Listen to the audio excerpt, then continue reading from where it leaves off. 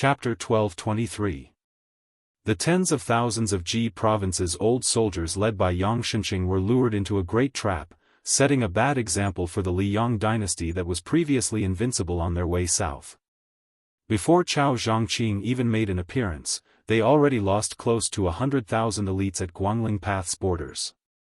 This made those spring and autumn period people who had finally managed to integrate into Zhao family's imperial court with great difficulty feel complicated emotions. They were worried about Li Yang's true strength, wondering if they really had the national strength to contend against northern Mang, and then defeat them in one go.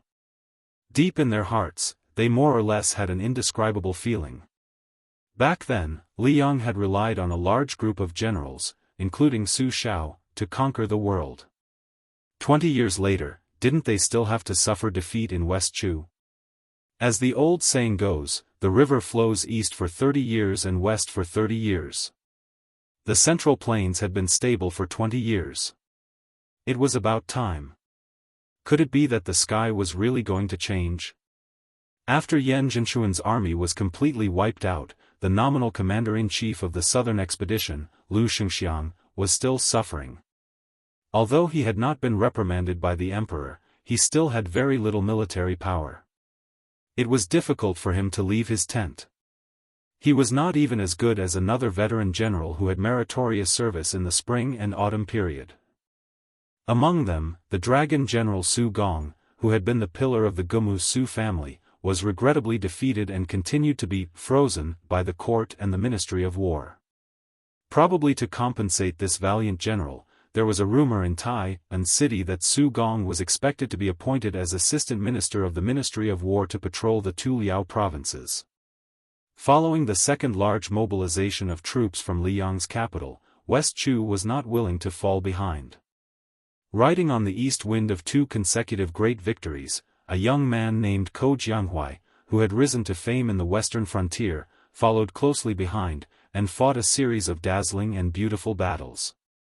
In the Eastern Front, in a confrontation with the Prince of Guangling, Zhao Yi, who had a unique understanding of military strategy, he actually had a firm grasp of victory. Within 20 days, he had conquered Huangyan Pass, Daijais, and 6 other places, including Huangyan Pass and Daijais. In particular, this man's 3,000 personal guards, called the Flying Ape Army, were able to cross rivers and streams with their armor, as swift as apes. They shone brightly in the Battle of Shipeng Mountain on the Eastern Front. Moreover, Ko Jianghui's military strategy was treacherous. Not only was he good at long-distance raids, every time he captured a city, he did not defend it. He had intercepted and killed Zhao Yi's reinforcements 4 times. Except for one time where he failed, all 3 times he wiped out the reinforcements. Until now, he had already beheaded more than 10,000 people, and his military service was illustrious. As a result, on the Eastern Front, a large area of transition zone that originally belonged to Zhao Yi to delay West Chu's eastern advance had been cut into pieces. It had fallen to the point where no one dared to defend it, and no one dared to save it, allowing Ko Jianghui's troops to come and go like the wind, slowly nibbling away. Unfortunately, Zhao Yi's right-hand man, Lu Xingxiang, had already been promoted to assistant minister of the Ministry of War and could be considered a member of the imperial court. Moreover, he was the main general of the southern expedition, so he definitely could not contribute to the spring snow building. The infantry general, Zhang Erbao, stayed in the southern border. Zhao Yi did not feel that a fledgling Ko Jianghui was really worthy of Zhang Erbao's crusade. Cao Chongqing was more suitable. In the end, Zhao Yi used the 500 Li Express to order his trusted subordinate, General Heng Jiang, Song Li, to immediately return to the spring snow building from the northern gate of Guangling. The famous general of Guangling, who took advantage of the rich merchants and profited without restraint, seemed to be in no hurry. It was said that General Heng Jiang, who had a hobby of collecting beauties, had also taken in 2 beautiful women who had met with misfortune on his way south. That was not all. In order to urge this person to quickly head south to defend against the enemy, the Guangling prince even sent his eldest son, Zhao Yuang, out of the city to receive him grandly. It was obvious how much he relied on this general of fortune. If this was only the internal problem of Liang, then the external threat was like a black cloud pressing down on the city, threatening to destroy it. Bei Mang's million-strong army had begun to head south. Not only were they eyeing Beiliang covetously, but they were also eyeing the fertile land south of Beiliang, the Central Plains. In the first year of Jianghu, this eventful period, it seemed like there really couldn't be any more trouble. Great Peace City was bustling with noise and excitement. A white-clothed monk who had previously traveled 10,000 li to the west alone left, and then came Qi Yanglong, whose knowledge was as high as the heavens. During this period of time, there was another nameless small figure who occasionally popped his head out, but he quickly returned to silence. Meanwhile, the reason why he was remembered and chatted with for a bit was all thanks to Grand Secretary Zhang's comment, "The Bureau of Weapons is not enough to accommodate talent." Regardless of how high or low the Grand Secretary's comment was, this youngster who caught a glimpse of the imperial court was called Sun Yin, a Beiliang person who Great Peace City loathed the most. Now, he held a post in Wuxia province, and could barely be considered a low-ranking person. However, the reclusive Sun Yin was quickly forgotten by the capital, to the extent where he couldn't even compare to the little Daoist master Wu Shizhen who came down from Green City's mountains to the capital. After Tantanon kicked up a ruckus in the Ministry of War's Lu Baijia, not only was Huan Wen not blamed by the imperial court, there were instead rumors that Tantanon might very well become the first great figure who completely grasped control of the entire Wuxia province in Liang dynasty. His official rank would also begin to truly be on equal footing with Zhang Jiulu, rising up into the top few first rank in the dynasty. Not only that, there were also people who said that Tantanon's exceptional promotion this time was the emperor's move to kill two birds with one stone. Not only was it to pave the way for Qi Yanglong to become the head of the Hall of Secretaries, but if the rumors were true, then the two departments of the Hall of Secretaries, which were only nominally divided between the two departments of the Hall of Secretaries, would completely break away from the control of the Grand Secretary. At that time, the situation where the blue-eyed girl could cover the sky with one hand and the spring of eternal Hui would obviously be gone forever. As for whether this was true or not, there were probably only a few people in the entire Liang dynasty who dared to pat their chests to confirm it. In fact, one of the two main parties involved, Huan Wen, also didn't know what the situation was like. However, Tantanon, who was about to be trampled on in front of his house, didn't seem to care at all. On the other hand, the noblemen of the Wuxia province couldn't sit still and used various methods to bring wine to the temporary left servant Xi's mansion to ask for the inside story. Tantanon didn't pretend to be profound and only told them that this was a wonderful thing, and that if he got it, he would be lucky. Tantanon also bluntly said that if he, Huan Wen, could be promoted, his original position would definitely not flow into the field of others. Even if he had to go to His Majesty and make a scene, he would shamelessly promote him from his own Wuxia province. As soon as these words came out, everyone in the Wuxia province was delighted. Chapter 1224. While Wuxia province's undercurrents were surging, Sun Yin, who held the post of minor 8th rank clerk, still left on time every day. When Grand Secretary Zhang's comments were widely circulated, there were rumors that Sun Yin would advance to minor 6th rank Fu Baolang. After all, this post could still be considered one of the Son of Heaven's close ministers. Even though it couldn't compare to last year's newly established study office clerk, who was always by the monarch's side, it was still enough to make the younger generation of influential families rather envious. However, this matter was quickly left unsettled. Wuxia province's officials didn't like this reclusive outsider to begin with, happy to see him fail. Sun Yin's position as clerk was something Tantanon temporarily added with a wave of his hand. The old 6 clerks all tacitly joined hands to exclude Sun Yin. In reality, Sun Yin spent every day in Wuxia province's yamen doing nothing, to the extent where he didn't even flip through books or practice writing. He just sat in the darkest corner of the clerk's room. Other than staring blankly, there was nothing else to do. At first, even the clerk's head felt restraining fear towards this young scholar, but in the end, he was someone Tantanon personally appointed, so for better or for worse, he still had to leave him a bit of face. How he secretly tripped him up was one thing, but on the surface, he could still act amiably. However, as time went on, he discovered that after left servant she threw this fella into Wuxia province, he didn't pay him any attention at all, not once summoning Sun Yin alone. The only time he stepped foot in was when he discussed past and present with an old and experienced clerk. From start to finish, he didn't even give Sun Yin a single look.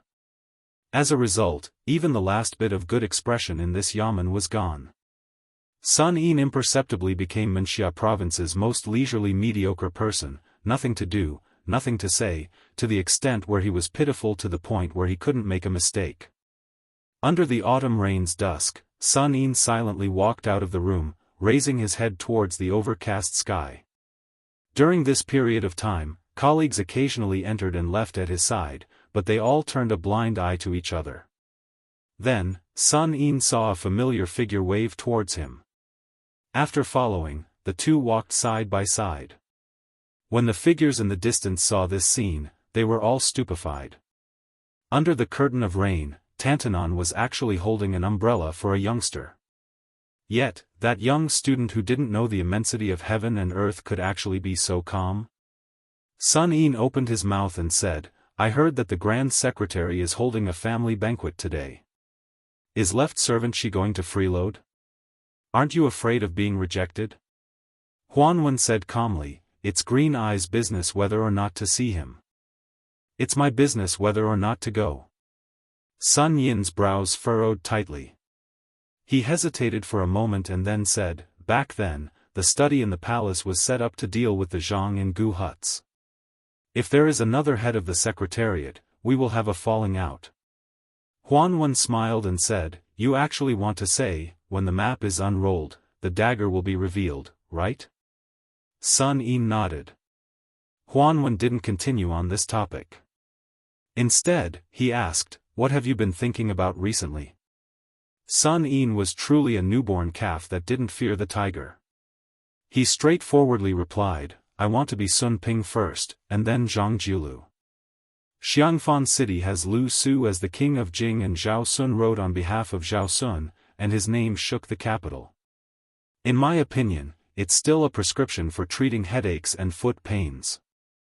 Huanwen smiled and said, "Oh." Sun Yin said calmly, "I have an essay that I've thought of halfway. For the time being, I already have the 8 characters of ascending the throne, ruling the government, managing the household, and patrolling the borders." Huanwen was experienced and ruthless. He had experienced ups and downs in the officialdom for most of his life. Naturally, he could see the farthest reaches. He laughed softly and said, "It seems like you've written something for His Highness the Crown Prince. You want to teach His Highness how to take over the throne, how to sit on the dragon throne and face 2 groups of old officials, how to act as a filial son and a strict father, and how to stabilize the territory." Sun Yin, "Oh Sun Yin, it's not that I want to take advantage of my seniority, but you're just a poor child who has never been a local official or even touched 100 taels of gold. Aren't you biting off more than you can chew to teach others how to govern the world? That scholar Sun Ping is Qi Yanglong's favorite student, and he's fully learned the art of unhindered travel. And Bai Yen has also been under my teacher's tutelage for many years. You?" Sun Yin asked in return, "Wild carps in rivers and rivers can't jump over the dragon gate?" Huanwen laughed loudly. "It's not impossible to wear white in the morning and look green in the evening." After Huanwen, who was still holding the umbrella, laughed, he sighed emotionally. The good times for scholars have come. Perhaps an article with tens of thousands of words can buy an imperial tutor. At this point, Huanwen turned to look at the young man from Bailiang and asked curiously, "If you're lucky enough to get rid of Sun Ping and Bai Yen, who's next?" Sun Yin pointed at himself. Huanwen curled his lips and forced out 2 words with difficulty. "You deserve to be killed." Huanwen put away the umbrella. The 2 of them sat in a carriage that had already been prepared and slowly drove toward the street filled with nobles. Tantanon lifted the curtain and looked at the familiar buildings. He muttered to himself, logically speaking, when the tree falls, the monkeys scatter. But when the time comes, it'll definitely surprise everyone. Let's see if the everlasting Hui Spring Bamboo that Yin Maochun and Wang Xiongui personally promoted by the two of us will immediately change. As they approached the Grand Secretary's residence, Huanwen said softly, "The scholarly sage once said that those who look at the sea find it difficult to see the water, and those who swim in the door of the sage find it difficult to speak.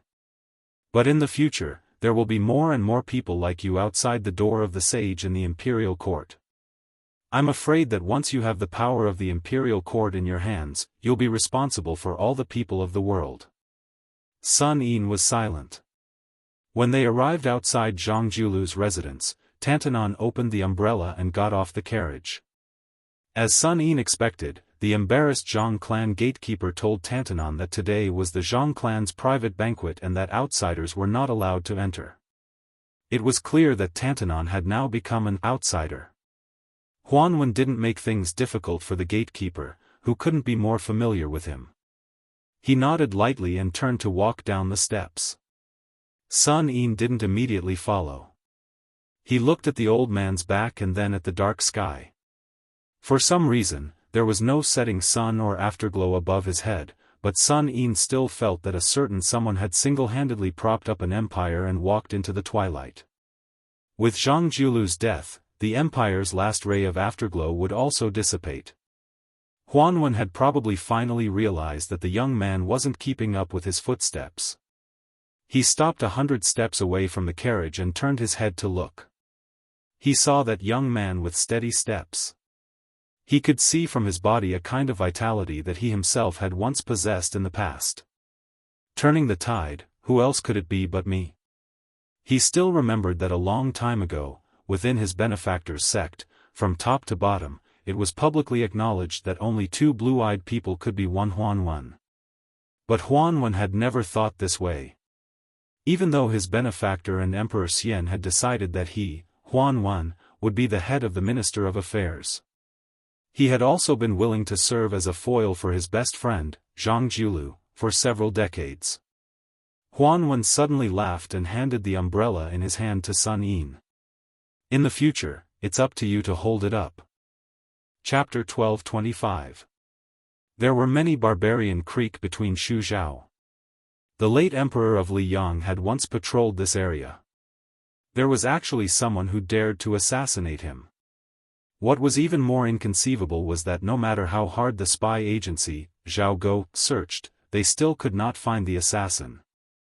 The previous head of the ceremony directorate, Han Shengxian, had also once stayed here alone for several months, but still returned without any results. Now, because of the Imperial Wood case, the territory of the old Nanzhao was in turmoil. Rebels swarmed in, and the chaos caused a sudden increase in refugees. The refugees all joined in, and the situation became more and more intense.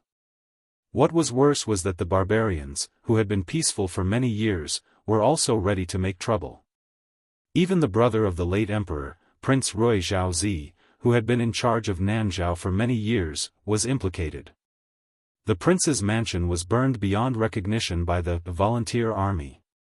It was not until a troop of no more than 60 people quietly infiltrated the miasma that the chaos of gunpowder settled down. As the troop of soldiers continued to advance south, the truth came to light.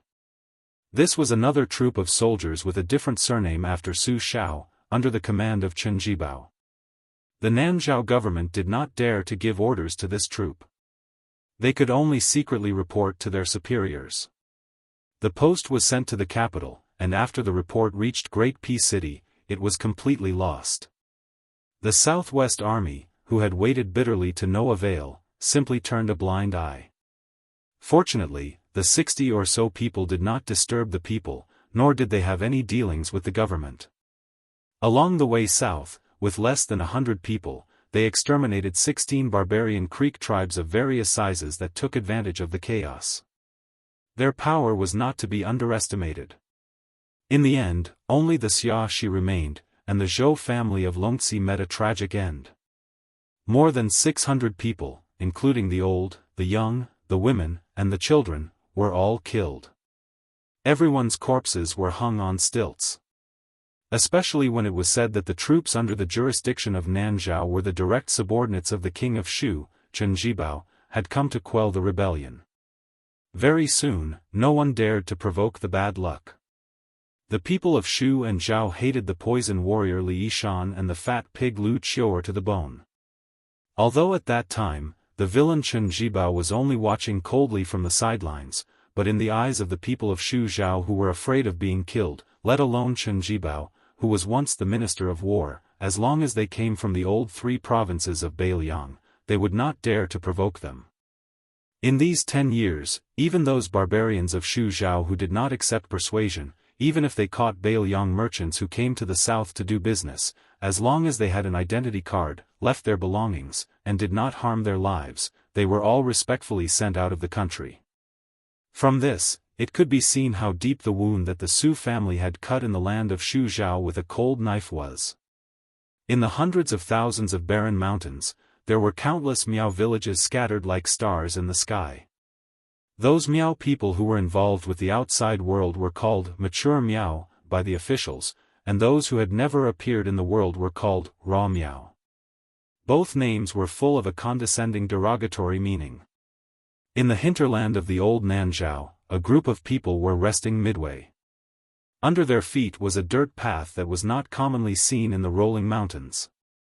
There were 3 piles of white stones on the side of the path, indicating that there would be a Miao village not far away. This group of people were all wearing armor and carrying crossbows and sabers.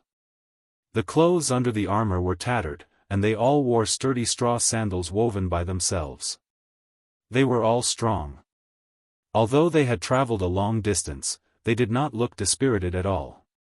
Their eyes were especially sharp, like eagles patrolling the mountains. Next to the pile of stones stood a handsome man who looked to be in his early 30s.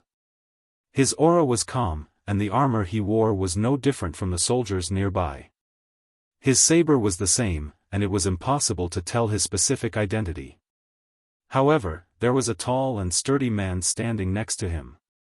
His entire body was covered in a murderous aura, and his appearance was more in line with the identity of a general than the former. Other than the 6 people who took turns acting as temporary scouts to investigate the terrain, there were more than 50 infantrymen near the 2 of them. Even though they seemed to be resting casually, upon closer inspection, there were many rules. 5 people formed a group, and 5 people formed a standard. Regardless of whether they were sitting, squatting, or standing, there was a clear boundary and distance between each group. Logically speaking, these 60 or so people were at most 3 standard commanders and a dozen or so corporals. However, even the commoner who had not seen the world could feel that none of the people here were people who would submit to the position of standard commander. In reality, when they first entered Nanzhao from western Shu, there were a total of 70 people. The lowest official position was a commandant with real power in Shu. There were as many as 20 lieutenants, and as many as 4 generals. These people had different backgrounds and circumstances, but they all had one obvious thing in common. That was, they were all young. The oldest was no older than 40 years old. In this way, the western Shu Dao, which had become a vassal after that villain slaughtered his way out of the capital, could be said to have sent out all the young military officials. Among them, the person with the highest official position was the general of Bazhou, Jian Xiongzhu, who had been the confidant of the new king of Shu for many years. Before he entered Shu, he was a 3rd-rank general in Beiliang. He held the military power of 6,000 iron-foot cavalry. Together with Wei Fucheng, he was the confidant of the then Protector General of Beiliang, Chen Jibao. The other 3 generals were the Ani General Fu Tao, who was stationed at Wenshan, the Zhaolai General Wang Zhuowu, and the Shu Prefecture Deputy General Huyan Wanbao. The 3 generals were all around 35 years old. Their titles were not flashy but useless. Fu Tao was the prince consort of the fallen western Shu. Wang Zhuowu was a descendant of the old southern Tang who had moved into Shu. Huyan Wanbao was a native of the barbarian tribe. His brother, Huyan Baobao, was the only fierce general that the Western Shu Dao could bring out to compete with Lu Xingxiang. With such a group of fiends and gods of death gathered together, it was no wonder that they were able to move through the territory of the old Nanzhao like there was no one there. After more than 40 battles, large and small, only 8 people had died, and 2 of them had died of illness. However, other than that time when they encountered the 3,000 rebels who had fled to the border, Jian Xiongnu and the other 3 generals had personally gone out to kill the enemy. Other than that, they had only looked on with folded arms. Even if the news of the military merits and casualties of this group of soldiers and horses were spread out, it was believed that no one would believe it. Jian Xiongnu, whose hair was disheveled like a lion, gritted his teeth and said angrily, "According to the spy report that Zhao Go gave us, that Western Shu bastard surnamed Su has been hiding in the stronghold up ahead these days. When I catch him, I must peel off his skin and pull out his tendons to prevent him from daydreaming about reviving his country." Chapter 12:26. When Jian Xiongzhu was talking to himself loudly, no one interrupted him, which made the former Bailiang's 4 fangs even louder. During this journey, Wei Fucheng, Master Wei, had to stay behind in Shishu Dao to preside over the overall situation. Che Yi, that little northern barbarian, also had to stay behind in the territory to enjoy a comfortable life. Only he, the old minister, had the most difficult life. Clearly, there were people he could kill, but he still had to obediently hold back and not make a move. What was the difference between this and having a little girl take off her clothes and flirt on the bed but not being able to eat? During the march, he had to not touch a drop of wine. It was even more impossible to find a tender and beautiful woman to relieve his lust. Jian Xiongzhu was about to suffer internal injuries from holding it in. However, even if he was the second-grade general with the most powerful military power in Shishu, even if he was the minister supporting the dragon, who followed the new king of Shu into Shishu, he still did not dare to violate the military order. At this moment, 2 scouts who were not patrolling in the direction of the Miao stockade returned with a boy and a girl. Jian Xiongzhu's eyes widened. Damn it, where did this pair of children come from? They are too reckless. How could ordinary people wander freely in the land of the barbarian seedlings? However, although Jian Xiongzhu had always been teased by Wei Fucheng that his head was kicked by a horse when he was young, he was not really stupid. After a few more glances, he could see that the 2 children were not ordinary. The boy was bald and wore a kasaya. Obviously, he should be a monk from the Central Plains. As for the style of the kasaya, Jian Xiongzhu could not figure it out. Anyway, although it looked shabby, it had the temperament of an eminent monk from a big temple. As for the girl, she was delicate and pretty. Her skin was a little tan due to the wind and the sun, but her eyes were cool and clear. Although Jian Xiongzhu was addicted to martial arts and killing, he was not a notorious general. In those years in Bailiang, there had never been any cases of bullying men and women. As for how vicious he was to the Baimang barbarians, it did not affect Jian Xiongzhu's excellent reputation in the border army. In fact, it was impossible for Chen Jibao's subordinates to have such a lawless devil like Lu Qiu. Having said that, even though Jian Xiongzong didn't harm the common people, it didn't mean that he was an easy person to get along with, especially when he met such a pair of strange people in such a remote place. He took a big step forward and was about to ask in a deep voice when the silent handsome man beside him also took a step forward. Jian Xiongzong immediately shut his mouth. The man looked at the boy and girl who he had never met before but knew very well. He was expressionless. The little monk's common name was Wu Nanbei. He was the youngest monk in the 2 Zen temples but had the highest seniority. His master was the white-robed monk who was rumored to be immortal by eating his flesh. His master's master was the world-famous dragon tree monk, the abbot of the 2 Zen temples. As for the little girl, she was called Li East and West. She was the daughter of Li Xiaoxin. There were many daughters of emperors in the world, but it was impossible to find 2 daughters of monks who lived in temples. The little monk Nanbei stood in front of the girls and put his palms together to salute. The man nodded and said calmly, "You 2 can continue forward, but remember to go around the Miao stockade village in front. The little monk hesitated for a moment and could not help but say, since you have the bone of Buddha, I hope you won't kill too many people. The man just smiled and did not say anything. When he raised his arm, the foot soldiers, and small squad leaders, who were ready to draw their swords to kill at any time, let go of the hilts and took the initiative to make a path. Wu Nanbei and Li East and West passed through the formation. The latter turned to look at the man out of curiosity. The little monk quickly pulled her sleeve and quickened his pace. After walking for half a mile, Li East and West blinked and asked, "Who is that guy?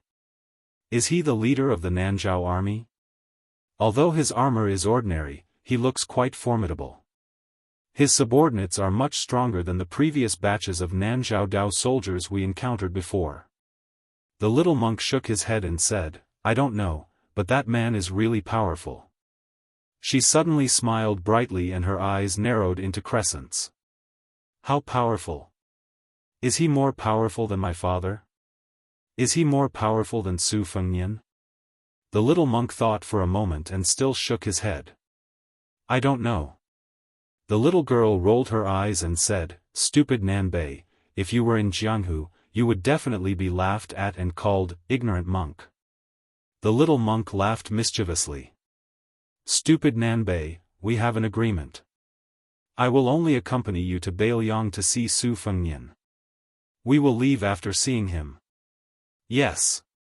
Actually, it doesn't matter if you take a few more glances. Sigh, my mother used to point at a woman who went up the mountain to burn incense just to peek at my father. She said that woman had high cheekbones and could kill her husband without using a knife." "Stupid Nanbei, do you think my cheekbones are high? I have never seriously looked at other women. Do you have high cheekbones? You shouldn't have high cheekbones, right? Tisk tsk, that's right. Last time on the streets of Wupian County, your eyes were about to fall into that woman's chest. How could you care about her face? Amitba. Thing, you've said this more than 80 times. Actually, I just happened to glance at that benefactress, but I really forgot about her after just one glance. It's absolutely true. A monk doesn't lie. The most annoying thing is that you baldies keep repeating Amitba, Amitba all day long. Stupid Nanbei, let me ask you, before I heard the disciple of the abbot's disciple from our neighbor, the little baldy's disciple of the big baldy's disciple of the old baldy's master, he said that reciting Ksitigarbha Bodhisattva in an instant is better than reciting Ksitigarbha Bodhisattva in 100 tribulations, and reciting Ksitigarbha Bodhisattva in one great tribulation is not as good as reciting Amitba. Hey, I have not become a Buddha yet. I don't know. Then tell me, if someone asks you about this Dharma, what do you think? If that's the case, I will only say what is in my heart. I will say that Amitba is already full of fruit and transcends all positions. However, Bodhisattva does not belong to the land of Buddha and is not full of fruit. However, this does not mean that there will be a great difference in merit if you recite the two separately. Master said that Buddhism is not the same as officialdom. It does not pay attention to the size of one's backing. It is about being free. Tathagata Buddha, Tathagata Buddha, Tathagata Buddha, Tathagata Buddha. Doesn't that mean you did not say anything? Ha! The two Zen temples had two Zen. The little monks of the north and south only had one Zen. Buddhism emphasized 3 conversions. Conversion to Buddha, conversion to Dharma, and conversion to monks. However, Wu Nanbei felt that he had one more conversion. North and south converted to east and west. Wherever she was, that was his land of Buddhism. Then he felt a little guilty. It had been a long time since he bought rouge. The little monk touched his bald head and frowned. He sighed softly. He probably could not become a Buddha in the eyes of the world. Chapter 12:27. Jian Xiongzong looked at the beautiful scenery of the Miao stockade village. The terraced field spread up the mountain, the green water at the foot of the mountain like a ribbon, and the stilted buildings were clustered together. It was hard to imagine that this was the scenery that the Central Plain scholars talked about.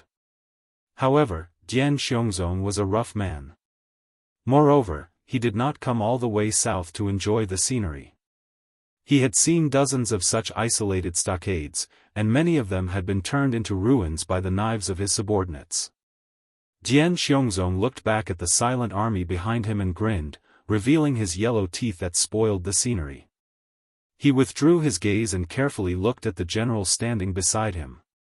In today's world, there were countless meritorious generals, and there were even more in the Beiliang army. However, in Jian Xiongzong's mind, there were only two people who deserved the title of general. The great general Su Shao had passed away, and the only one alive was the one beside him. As for Gu Jianteng, Lu Shengxiang, and the others, they were just passable. The old men like Yan Zhenchuan and Yang Shenqing were even worse. Jian Xiongzong withdrew his thoughts and did not give orders. Since leaving Shu, more than 60 people had developed enough tacit understanding and should have known what they were doing. Moreover, not to mention King Fu Tao, Wu Huyan, and Bai An, who were real high-ranking generals, none of them were really ordinary soldiers. Any one of them was a person who could not be underestimated in the officialdom of Shishu. Before leaving Shu, there were also some fearless troublemakers who were unruly and difficult to tame. Weren't they also convinced that they were more obedient than his wife? Along the way, from the initial mutual suspicion and contempt, to the end, everyone took the lead, everyone was wounded, and everyone regarded each other as fellow soldiers who could exchange their lives. It seemed unimaginable, but Jian Xiongzong was not surprised at all because this was the invincibility of the person he followed. That person's military strategy had always been very simple. It was nothing more than two kinds of generals and soldiers. He had not been in Shu for long, so he did not go around buying people's hearts and building relationships. He just pulled this group of young and strong generals, who he privately said were not yet terminally ill, to the chaotic territory of the old Nanzhao to harvest people's heads and teach them how to kill people with their own hands. Finally, when they were free, they could figure out how to lead troops to kill people in the future. Jian Xiongzong had followed him for many years. Logically speaking, he understood all the principles. Even if it was a military book that he had personally written, he could still brace himself and recite a few thousand words. However, he was exactly the same as all the direct subordinates under his command. He knew what to do, but he could not do it well. Jian Xiongzong sometimes drank and chatted with Wei Fuzi, who liked to babble on and on about profound and unfathomable words. Over time, Jian Xiongzong was too lazy to think about it. In any case, he only believed in one point. Following the general to break through enemy lines and kill the enemy, his side would only win the battle without any suspense. The difference was only the size of the battle results. Probably sensing that Jian Xiongzong had been staring at him for a long time, that person turned his head and cast a questioning gaze. Jian Xiongzong, who was now the commander-in-chief of the Western Shu army and also the general of Bazhou, chuckled and asked, "General, that boy surnamed Su is, in any case, the dragon son of the previous emperor of Western Shu. He must have masters protecting him at his side. How about letting me make a move to satisfy my cravings?" That person smiled, neither agreeing nor refusing. Jian Xiongzong immediately blushed. He knew that this idea was definitely dashed. Moreover, he did not have the courage to continue pleading. The general had always been like this. The rules he set could not be broken even by the heavenly emperor. During this training, other than the soldiers, and the people like them who had temporarily become pawns, the general himself had never made a move, regardless of whether the battle was good or bad. But then again, if the general was willing to make a move, what could those people do? Thinking of this, Jian Xiongzong's heart was somewhat resentful. Let's not talk about how much of the "number one in the world" title that you snatched from Wang Xianji's hands. Do you really think you can withstand the iron hooves of the Beimeng coming south? Jian Xiongzong seemed to have forgotten that if someone had told him that His Royal Highness could become a martial arts expert, he would rather believe that he was a woman who could give birth to children. When His Royal Highness went to Mount Wudong to cultivate, whether it was him, the teacher Wei Fucheng, or a group of Beiliang generals, they had all ridiculed him. In all likelihood, this kid had taken a fancy to a beautiful Taoist nun on Mount Wudong. Practicing the blade was not too clever of a cover. Ani General Fu Tao, Zhaolai General Wang Chaowu, and Shuzhou Deputy General Huyen Wanwan were respectively nicknamed Prince Consort, Foolish Young Master, and Tiger Eater. The three of them had completely different natures, but without exception, they were wholeheartedly convinced by that taciturn man. Wang Chaowu came from a noble family. In his free time, he could speak freely with that person, talking about books, gold, stone, and exegesis. It was not strange that the martial arts fanatic Huyen Wanwan could talk about martial arts with that person. However, Fu Tao was famous for his unsociable temperament, yet he could chat happily with that person. In any case, Dian Xiongnu was not surprised. The general seemed to have never lost a battle in his life. On the battlefield, the Liang court and common people all knew of his military exploits. In the field of love, wasn't it the same? He had just arrived at the Western Shu Road, and he had already been praised by the Rouge for his beauty, xie, and love at first sight. As for the officialdom, even His Majesty the Emperor held the general in high esteem. As soon as he entered the capital, he made the general the Minister of War. Currently, he was the Shuang Lu of the Ministry of War. Lu Baijia and Lu Shengxiang were only assistant ministers. How could they compare to their own general?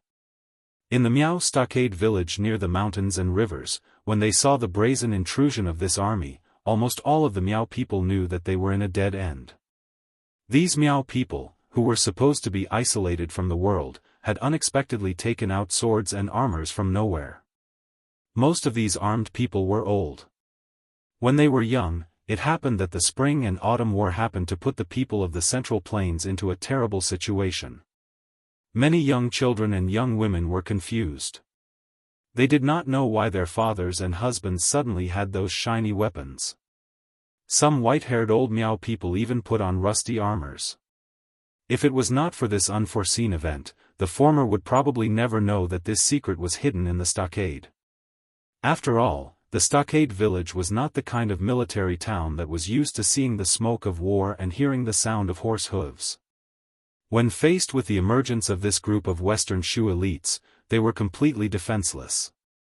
Before they appeared at the foot of the stockade village, some of the Miao people who had just returned from work were shot dead on the spot. The arrows either pierced through their chests or through their skulls. Almost all of them died in a face-to-face confrontation. At most, they could only turn their backs and did not even have the time to take a step back. The most terrifying thing was that these armored soldiers did not speak before and after they killed the Miao people. After they killed the Miao people, the person who fired the crossbow only silently pulled out the arrow from the corpse and put it back into the quiver. In the middle of this, there was a young couple of Miao people who were whispering sweet nothings to each other by the river. The young man was an agile expert in this stockade village. He had once fought with a ferocious tiger with his bare hands. However, when one of the tall armored soldiers raised his crossbow, even though he had a sharp sense of smell and was about to pounce on the Miao woman to avoid the arrow seemed to have been expected. It killed two birds with one stone. It directly pierced through the foreheads of the man and woman, causing them to die together with their love. This group of devils who killed without batting an eyelid began to climb the mountain and enter the stockade village unhurriedly. Chapter 1228. What made the Miao people feel even more chilled was the way these armored soldiers killed. It was a coldness that they had never imagined before. These armored soldiers were like an old farmer who was skilled in farming and harvesting rice. They knew how to use the most effortless method to harvest the rice, not a bit more and not a bit less. In the face of the first batch of Miao people who seemed to have the advantage in terms of numbers, they first used light crossbows to kill. If they were to get close to them, they would draw their swords and kill them cleanly with one stab. There was absolutely nothing fancy about it. If someone was lucky enough to escape the first stab and both parties brushed past each other, the armored soldiers holding swords would not break the advancing formation and fight with them. Instead, they would boldly and confidently let the armored soldiers beside them or behind them deliver the second stab. When more than 40 Miao people were dead, no one could escape the second stab. This scene was not too bloody and could even be said to be very clean. However, it made the second batch of more than 60 Miao people feel as if their guts were about to burst. They stopped at the edge of the Lusheng field in the stronghold. Behind them were more than 30 Miao people who were relatively weak. After these two batches of Miao men went out to fight the enemy, there were only the elderly, women and children who were destined to wait for death.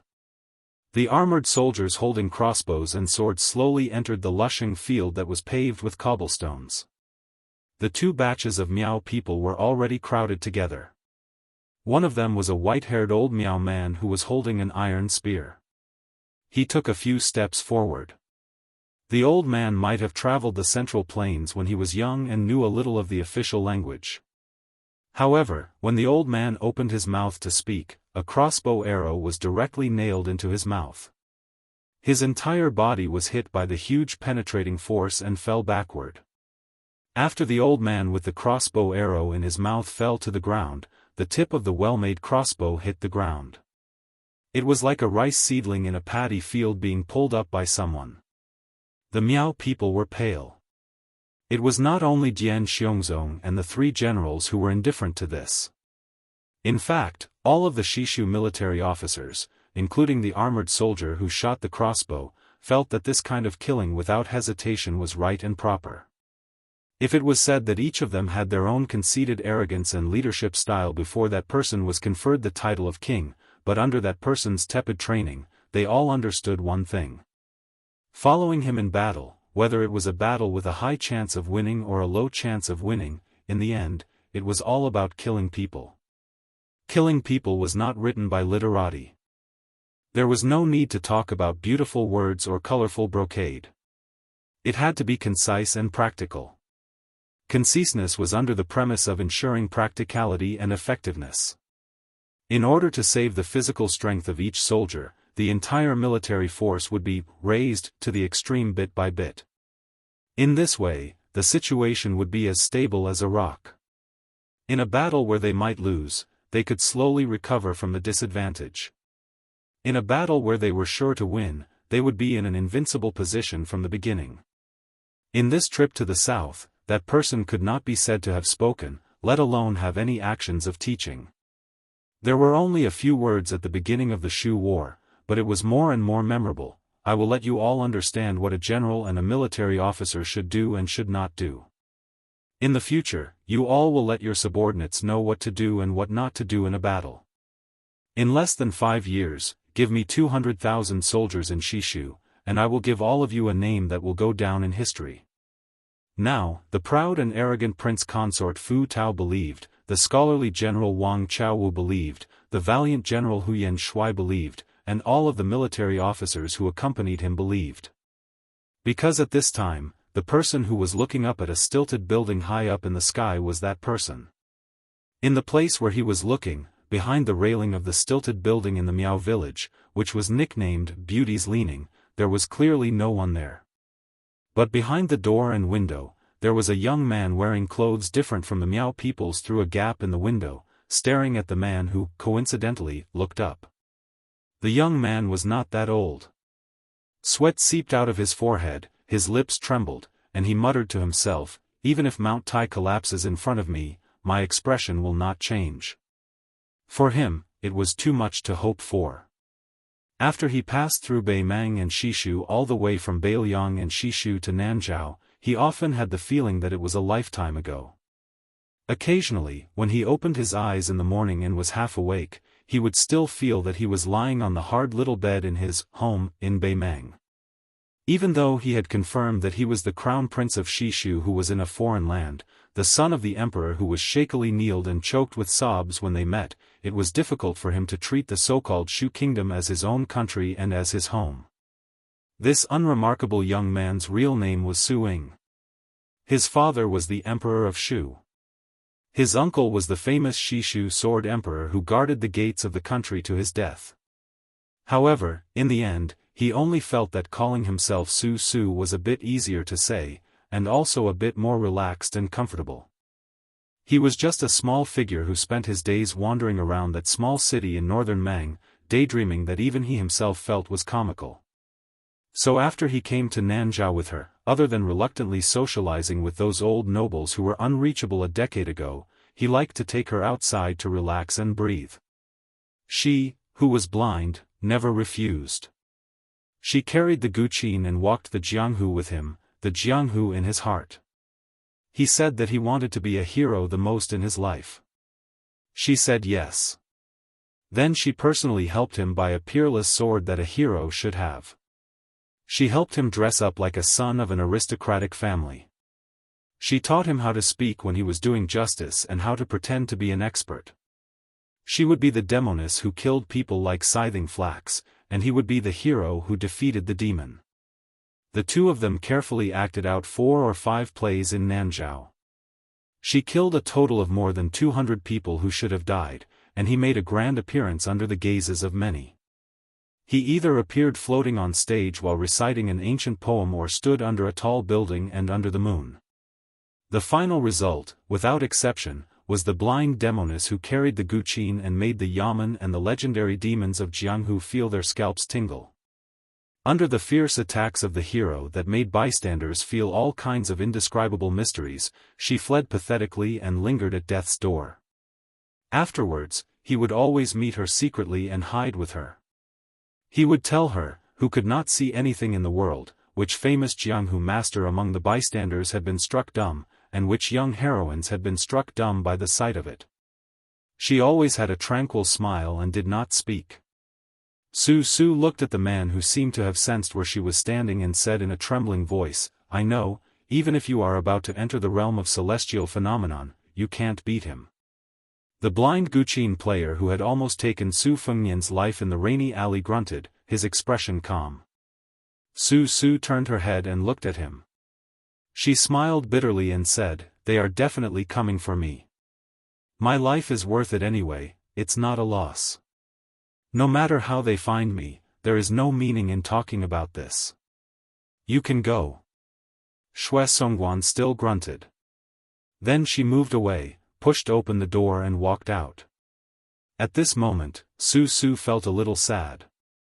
Husband and wife were birds in the same forest, but when disaster came, they flew separately. But she was still not his wife. If she was, how good would that be? Then even if she left alone, he would be willing. Suddenly, Su Su woke up and madly rushed out of the room. Then he saw her float away and land in the lushing field, standing in front of the armored soldiers. Su Su suddenly cried and laughed. This young man who had been as timid as a mouse in a foreign country for more than 20 years, this young hero who had stupidly sprained his ankle in their play not long ago, was full of heroism for the first time. He leaned against the railing and yelled at the top of his lungs, "Wife, wait for me." But Xue Songguan did not allow his heroism to reach the clouds for too long. She pulled off the cotton cloth wrapped around the Guqin and lightly plucked a string. Su Su, who was leaning behind the beauty, immediately fainted. Then she, who was blind, turned her head and looked back. She only felt some regret. Everyone said that the Chu Sanren had died. She could not see, he could not hear. Chapter 1229. Huyen Xuan, who loved to cook the brains of tigers, frowned. The Yuzhou deputy general, whose stature was the shortest among the many Shu armored soldiers, did not look at the blind zither player who had walked right into the trap. Instead, he pointed at the railing of the stilted building. Then, Dian Xiongzhao saw a thin, short, and childlike shadow suddenly dash out, carrying away the western Shu crown prince who had fainted.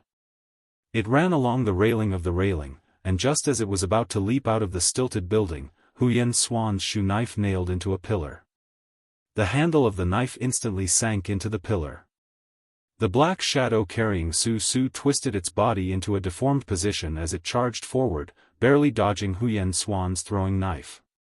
Carrying Su Su, it directly broke through the railing and charged into the sky outside the building. In an instant, a torrent of crossbow bolts unfolded on the lushing field. The blind zither player, Xue Songguan, tilted her head slightly. She plucked a string, as if adjusting the tone. The dozens of powerful crossbow bolts shattered in the air. Then, the female zither player bent her pinky finger, hooking the first string with a powerful and respected sound. The string drew a beautiful arc, but it never fell. At the same time, her left thumb fiercely drew the remaining 6 strings. The prince consort, Fu Tao, and the southern Tang's old young master, Wang Daowu, stepped out at the same time, each chopping out a knife. Countless fine cracks appeared on the knife's edge. Xue Songguan still had her head lowered. Her bent fingers suddenly straightened, and the taut string arc immediately bounced back. The female zither player's right hand retracted and shook her sleeve. She slapped down on all the surface of the string. The entire cobblestoned lushing field, with her as the center, began to rapidly crack outwards. Of the Shu-armored soldiers, Huyan Xuan was the vanguard, the only one who did not retreat but instead advanced. This short and small general, who no longer had a knife in his hand, lowered his head and bent his waist, directly pulling out Dian Xiongzhao's knife. With a sinister smile on his face, he strode 3 zhang away with a single step. When his foot landed, the tip of his foot tapped against the ground, and he moved horizontally. The cobblestone he landed on completely exploded. Afterwards, Huyan Xuan tilted his head, a flower of blood immediately blossoming from his ear. Huyan Xuan, who had a piece of his ear sliced off by the formless zither sound, was not angry. Instead, he laughed and continued to charge forward. After charging for several steps, his body flipped sideways in the air. Behind him, about 50 zhang away, Dian Xiongzhao extended his palm. It was as if he had snapped a zither string. The disorderly broken string still left several marks on his armor. Dian Xiongzhao did not pay attention to the bloodstains on his palm. His eyes stared at the young and blind zither player, clicking his tongue in wonder. It was impossible for every general to be a match for tens of thousands of people, nor did it need to be so. Just like Dian Xiongnu, who was recognized as having outstanding martial arts strength, was actually just a level 2 expert. Even if his ability to command an army was not taken into account, in terms of breaking through enemy lines, perhaps all the level 2 experts in Jianghu were not as lethal as Dian Xiongnu. After all, in Jianghu, there were few absurd scenes of people ganging up on each other. However, breaking through enemy lines and killing enemies was different. It required a warrior's ability to listen carefully and observe all directions. However, there were also outliers among the generals in the army. Su Longxiang, who had made a name for himself in the Battle of Beimang, was one of them.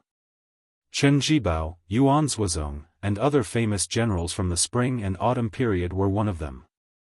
Huyan Mon and the temporarily unknown young man Che Yi were also one of them. Especially the last 2. Everything was ready except for the east wind.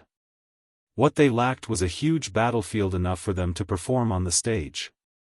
In the Liang imperial court, in terms of seniority, it was as difficult as ascending to the sky to stand out. One could only rely on one's endurance. The woman whose appearance could only be considered delicate and pretty did indeed have the style of a grandmaster who could hold back 10,000 men. Even when facing these arrogant and valiant generals who had the advantage in numbers, from beginning to end, she had a calm and indifferent expression. Even when Huyan Mon's blade was less than 3 zhang away from her, she still did not show the slightest bit of impatience. She did not even raise her head to look at Huyan Mon. She held the zither in one hand and opened her other hand, palm facing upwards, reaching under the zither strings.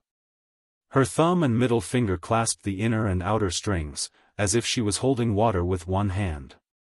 Her voice was light and her face carried a slight smile as she said, "A spoonful of water contains the taste of the sea, a flower blooms into heaven and earth."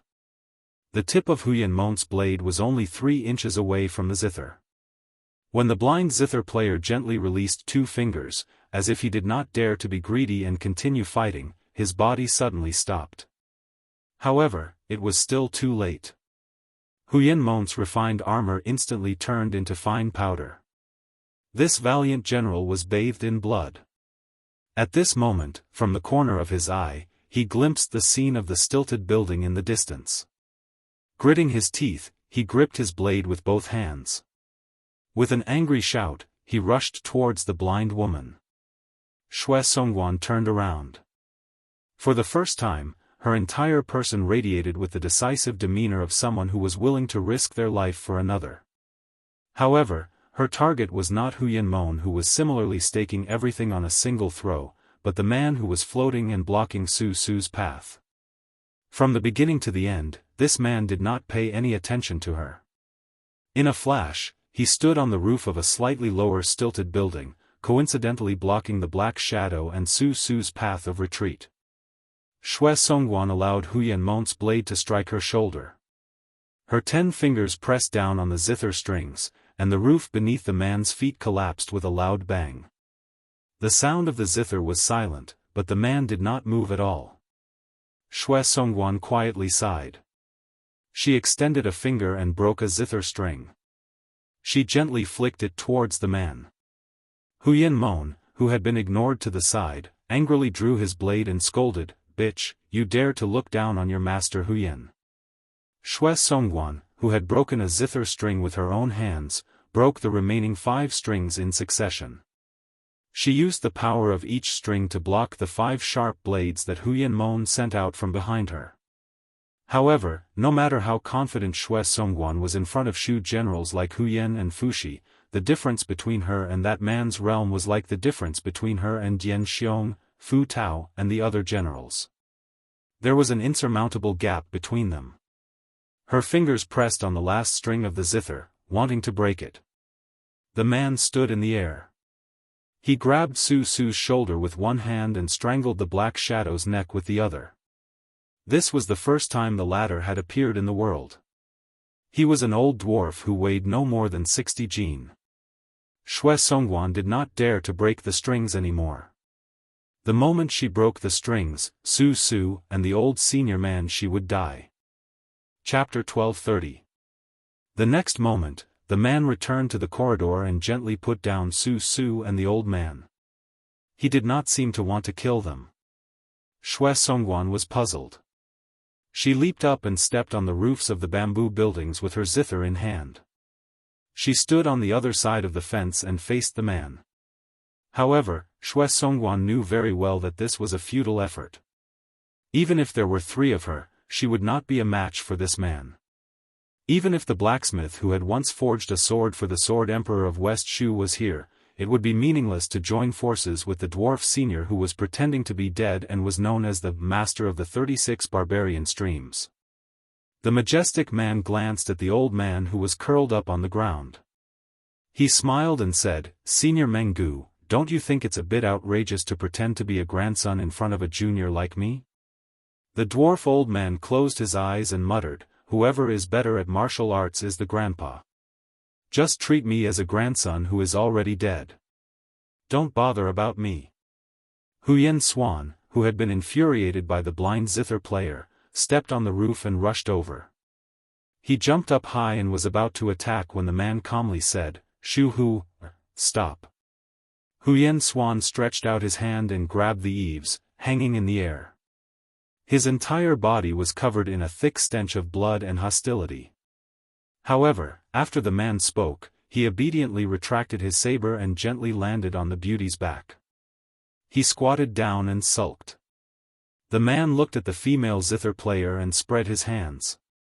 "Wake him up. I have something to say." Xue Songguan hesitated for a moment. She walked forward and gently woke Su Su up. Su Su, who was still in a daze, finally understood the situation. He stood up and stood in front of Xue Songguan to protect her. He said in a trembling voice, "If you want to kill me, do it to me. It has nothing to do with her." The dwarf old man, who was playing dead on the ground, could not help but roll his eyes. It was really embarrassing to be such a brat's follower. If it were not for Zhao Dingxiu, that old bastard, begging him, he would not have been willing to get involved in this mess. Back then, he had almost pulled out the tendons of that man-cat and skinned him. He really did not want to have anything to do with the experts of the Central Plains anymore. What's more, this bullshit crown prince of Shishu was also a disappointment. How was he worthy of serving and risking his life?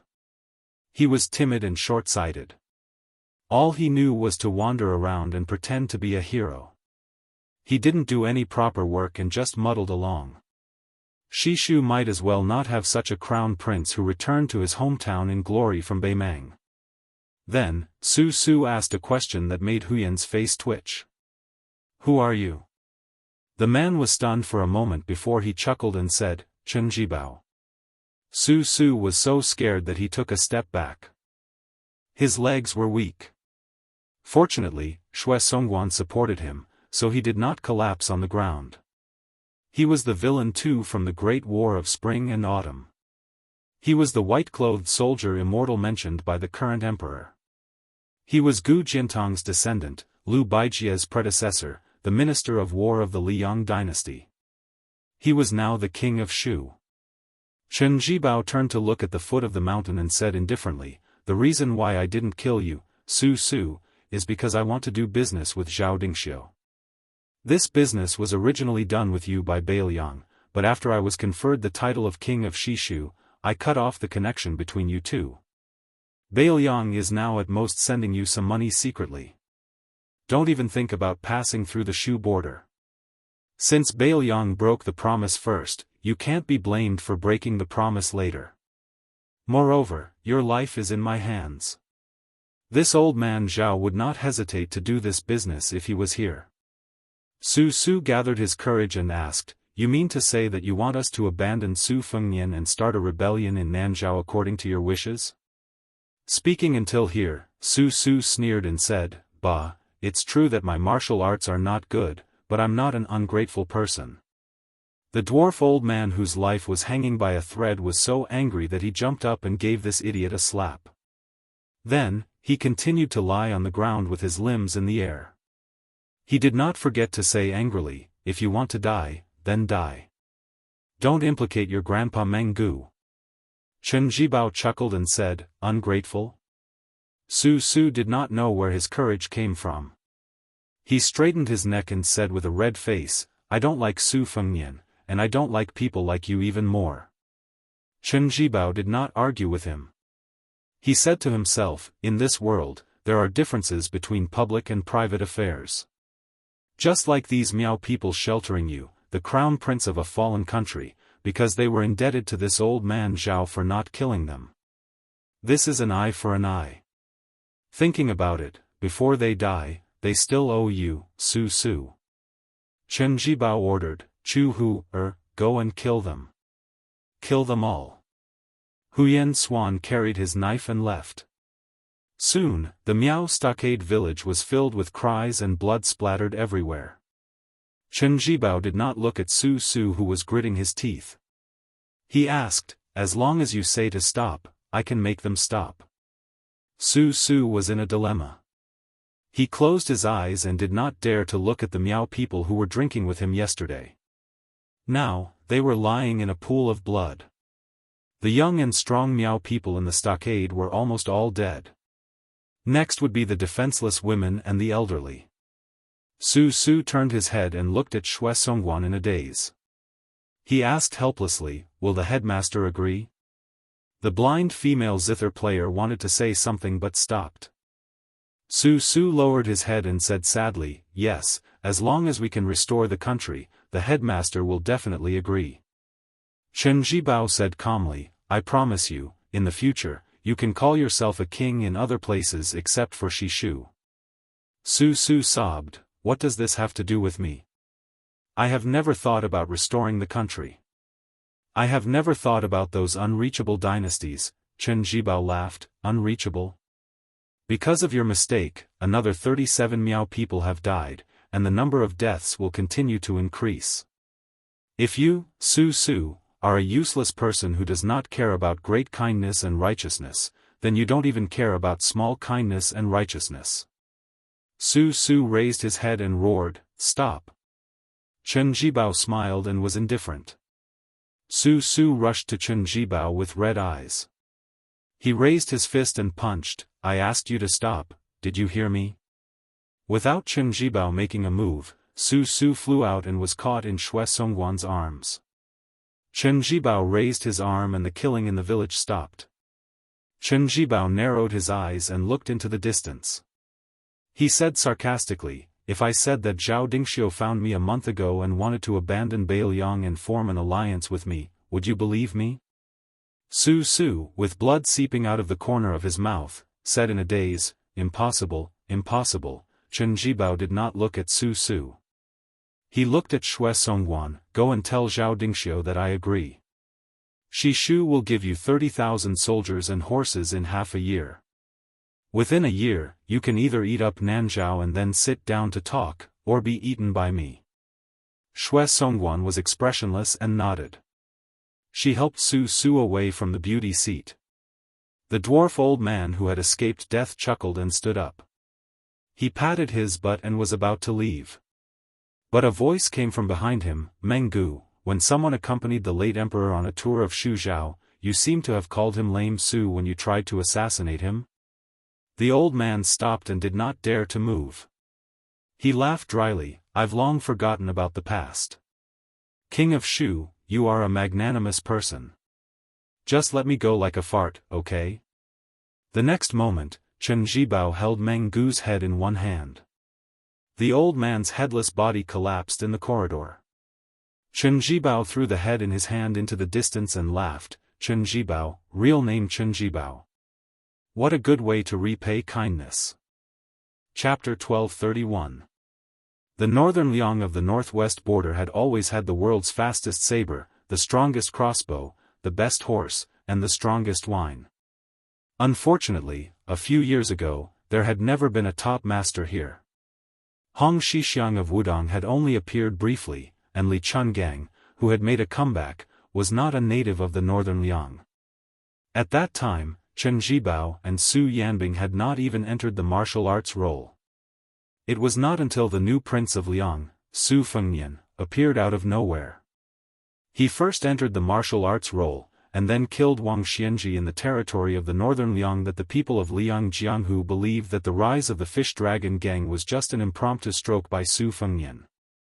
As Su Fengnian showed his outstanding strength in Liang, the Beiliang Frontier Army and the Liang Temple changed the most. It was not the Beiliang Frontier Army or the Liang Temple, but the people in Liangzhou who had personally experienced His Royal Highness's debauchery. For example, the brothels where he had drunk wine, the shops where he had rewarded money, and even the fortune-tellers who dared to call themselves eminent monks when they shaved their heads and called themselves Taoist masters when they put on Taoist robes. They all swore that they had seen the new prince of Liang's talent. Especially the brothels where they had received Su Fengnian and Li Hanlin. They couldn't wait to worship the chairs in the rooms where His Royal Highness had slept in. The women who had been lucky enough to accompany these young masters to drink were even more valuable. The only fly in the ointment was that after Su Fengnian became the king of Beiliang, he had not visited any of the brothels in the city. As for the large group of playboys in Liangzhou city who had been beaten by the king of Beiliang, they were all arrogant when they went out. They all thought that they had fought with the most powerful person in the world. Who dared to say that they were from Jianghu in front of them? Could they fight with any of the 10 people in the martial arts list in their lifetime? Although the world had heard that the king of Beiliang had killed old monster Wang, who had dominated Jianghu for 60 years, those were all rumors. No one knew how invincible this new martial emperor was. Therefore, when they heard that the two figures would appear in the elixir seed field in the northeast corner of Liangzhou city, they all rushed to the field. The origin of the elixir seed field had always been the evidence of His Royal Highness' absurd behavior. He spent a lot of money to build it for Jianghu people to compete in martial arts. In Liangzhou city, where every inch of land was expensive, the elixir seed field was 500 feet long and wide. If one looked down at the city from Mount Qingliang, they could clearly see this large piece of empty space. It was said that at that time, His Royal Highness, who was whimsical, had drunk tea in the provincial governor's mansion for half a day in order to promote the construction of the elixir seed field. Only then did the provincial governor have to take the risk of being beheaded and use 400,000 taels of military pay to build the elixir seed field. For so many years, the elixir seed field had been a place for Jianghu people to show off their skills. Not to mention Jianghu experts, even level 2 masters didn't want to go there to show off. Over time, the elixir seed field became a playground for the children from the rich and powerful families. It was very suitable for flying kites and riding bamboo horses. However, this time, it seemed that they were serious. When the Wu family's cavalry was about to die, the king of Bailiang was going to compete with an unknown swordsman who was over 100 years old. Suddenly, there was a commotion. On the way to the elixir seed field, countless rumors were spread. Some said that the unknown swordsman with snow-white eyebrows was the family head of the Wu family's sword tomb. Some said that the old swordsman was one of the 4 disciples of Wuxia Xianxia who defeated Lin Ye and the groom. Some said that the king of Bailiang agreed to the battle to win a smile from a beauty. As for why he moved the venue from the king's mansion to the elixir seed field, it was because a certain concubine was good at managing her household. She felt that fighting on Mount Qingliang would damage the tide-listening pavilion. Because the old swordsman with long eyebrows and one arm arrived at the elixir seed field first, the king of Bailiang didn't arrive quickly. Instead, he rode an inconspicuous carriage and left slowly. This gave the well-informed citizens enough time to watch the battle. Sui Xiegu, who was the first to arrive at the elixir seed field, stood at the upper left corner of the training ground. His snow-white eyebrows fluttered in the wind. The old man stretched out 2 fingers and stroked one of his eyebrows. He didn't look nervous at all. The old man turned a blind eye to the crowd outside the field. His expression was calm, but he couldn't help but sigh in his heart. He thought that he could resist the urge to fight, but it seemed that he couldn't be as calm as still water after fighting that brat. This was the last battle of his life, and the title of the strongest fighter in the world, no one else but him. It wasn't that Su Fengnian would be stronger than Dong Tai's sword and Tuoba's fists. It was just that Sui Xiegu had been a nobody in Jianghu for more than 100 years. When he was about to die, he felt that there was no harm in ending the battle with a world-famous battle. Regardless of the outcome, it would be good to let the world know that there was once an old man surnamed Sui who had exchanged an arm with Li Chungang and had suffered countless swords. Coincidentally, when the 2 of them were at daggers drawn, a little girl entered their field of vision and subtly eliminated the thick killing intent that had reached the peak of both sides. Sui Xiegu went with the flow and wanted to fight Su Fengnian to his heart's content in a more conspicuous place. Su Fengnian thought for a while and chose the elixir seed field in the city. Sui Xiegu had no objections. In a carriage, they stared at each other. Su Fengnian's ancient sword, Shudao, was placed horizontally on his knees. The future concubine of Bailiang, the head of the literary circle, stared with her eyes wide open. Wang Chudong stared hard at her husband who she had fallen in love with at first sight. Her small face was overflowing with color. She felt a little guilty and carefully asked, "Did I appear at the wrong time?" Su Fengnian's expression was gentle. He stretched out his hand and rubbed her head. He smiled and said, "You are always a timely rain for me." Wang Chudong tilted her head with a puzzled expression. Su Fengnian explained, "There are too many things to worry about in a life-and-death battle with Senior Sui at Tide-Listening Lake. More or less, my hands and feet are tied." Wang Chudong frowned and waved her fists. She said angrily, "Why do these old Jianghu seniors always like to find you to fight and kill? They don't have any respect for their elders." Su Fengnian couldn't help but laugh. "It can't be helped. Even after a few decades, there's still that much of a difference in seniority between us. It's not a year more, not a year less." Su Fengnian reached out his hand to touch the ancient scabbard of the Shudao sword and lamented, "In the Jianghu, in the final analysis, it is nothing more than seeking freedom.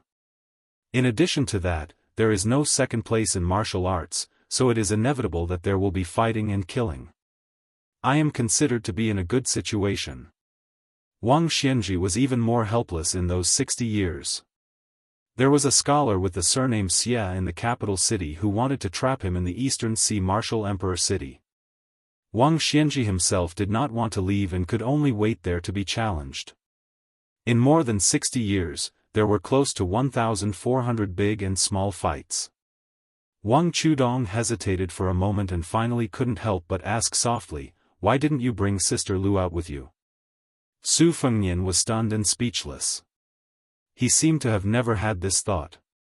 He always felt that she should stay in the courtyard on Mount Qingliang, day after day, year after year, treating her respectfully as a guest. Wang Chudong was simple, but she wasn't stupid. Otherwise, she wouldn't have been able to write The First Snow, which was about love between men and women. It was precisely because of her pure heart that she could point out the heart of others. She lowered her head and said, "Does this count as a crying child getting candy? Sister Lu is more sensible than me, so it's easy for you to forget her." "I don't think this is good." Su Fengnian was silent. After Wang Chudong mentioned it, he remembered many trivial things. He seemed to remember that he seemed to have promised to take her around Beiliang. If there was a chance, he would play a few rounds of chess with her. He would take her to the mountain to knock 108 bells. Most of these promises were unintentional at the time. After she'd married Beiliang, she became famous in Wutangan. She was decisive in dealing with family matters. Su Fengnian unconsciously regarded Lu Chengyan as a woman who could work with him to achieve great things. He had already quietly regarded her as a virtuous wife who would never complain. As for Lu Chengyan, after she died, she was indeed smooth and slick in dealing with people.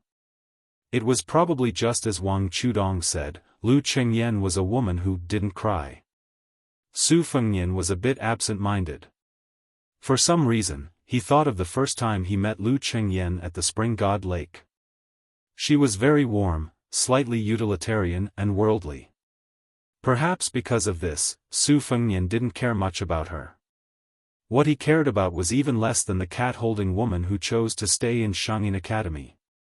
Su Fengnian chuckled and said, "If I can withstand the northern Mang cavalry's advance south, then the things I promised her, I will do them all." In the Beiliang Palace on Mount Qingliang, there was a private courtyard. The inner hall was dark. A young woman who was prophesied by a fortune-teller before she married Su Fengnian, a match made in heaven, quietly lit a green lamp. This was the second time she lit the lamp wick. The first time, it was Wang Xianji who died. This time, it was Suaxia Valley who started the fight. The name of the lamp in exchange for a life. My life in exchange for his. Chapter 1232. Autumn had arrived in the north and south of the great river. Cicadas in autumn were hanging on the trees, making their final screeches. Their noise was truly annoying. Spring was high on the branches, autumn was low on the branches. The word worry rose and fell, and filled one's heart.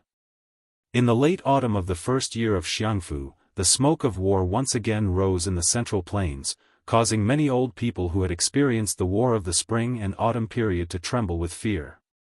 Especially the Guangling Road, whose territory was second only to the southern border, the flames of war continued without any signs of extinguishing. In the history of Liang officials, De Chu became West Chu, Divine Phoenix City was renamed Dingding City, and now those historians had even thought of a new wording, West Chu was changed to later Chu. Even if the Liang imperial court, which had become the rightful ruler of the world, did not start the war unsuccessfully, they still did not think that this group of ghosts, who should have gone with the wind along with the spring and autumn period, could really achieve great things. In fact, as long as the second pillar after Su Shao, Gu Jiantang did not change his position and did not withdraw from the northern border to the south, it meant that the situation was still in the hands of the imperial court. The woman whose real name was Jianghu did not leave the city with her uncle. She was currently sitting quietly in this enormous home. Across the stone table was the Grand Preceptor, Sun Shiji, who was reporting the situation of the Eastern Front to her. She was not absent-minded like when she first entered White Deer Cave. Instead, she seriously listened to every word, but she did not make a sound. She did not even think of using her status to criticize the military affairs of the country. Chao Chongqing personally came to the Guangling River and oversaw the Navy flagship. Together with the young General Ko Jianghui, one on the water and one on the land, the spearhead was directed at the spring snow building of the Prince of Guangling, Zhao Yi. Jiang Si was already used to listening to reports of victory. First, it was the fledgling Pei Sui who joined hands with Xia Shi. Not only did they defend the important town, they also took advantage of the situation and nailed the 40,000 old soldiers of Ji Nan, led by Yang Xianxia, who had underestimated the enemy, firmly in Qingyang Basin. This was only the first round of the strategy to lure the enemy. Xia Shi very quickly fought a tough battle. Yan Zhenchuan's 30,000 elite cavalry of the Yan family were completely annihilated. At the same time, Ko Jianghui took advantage of the situation and headed east. His military achievements were only slightly inferior to Xia Shi's. He led Zhao Yi's troops by the nose as if he was taking a stroll on the street. One was moving, one was still. The changes in movement and stillness, the combination of strange and normal, were completely out of Li Yang's expectations. According to what the old Grand Tutor had just said, Ko Jianghui's method of dividing the troops was like an extension of his arm. He had already beaten Zhao Yi's western defensive line like a sieve. The three armies had a total of 60,000 soldiers, and they were separately holed up in Zhaozhuang County, Starport City, and Fire Date Mountain. In addition, the Dechu Navy had greatly intimidated the main force of Zhao Yi's rear, so they did not dare to rashly enter the western front to fill in the holes. The initiative was completely grasped in the hands of Ko Jianghui. What was left was to see which place this young general would attack first. In the eyes of outsiders, Ko Jianghui was rather self-respecting with his troops. He had never reported his intentions to the imperial palace and rarely even consulted with Chao Chongqing, who was close by. Regarding this matter, Dechu's 3 provinces and 6 ministries were not without criticism. There were already people who suggested that Xia Shibian, who was more steady in using troops, should be transferred to the Eastern Front, and then the unruly and difficult to tame Ko Jianghui should be transferred to the Western Front. In Dechu's imperial court, the Duke of Huainan Zhao Ying, the King of Jing'an, Zhao Sun, and the other vassal kings of Liang, added together, regardless of whether it was numbers or battle prowess, they could not compare to Zhao Yi, who dared to contend with Beiliang for the number 1 army in the world. For this reason, the old man of the Ko family, trembling with fear, took the initiative to come to the imperial palace 2 days ago to present a bramble and ask for punishment. Jiang and I had no choice but to placate him with kind words.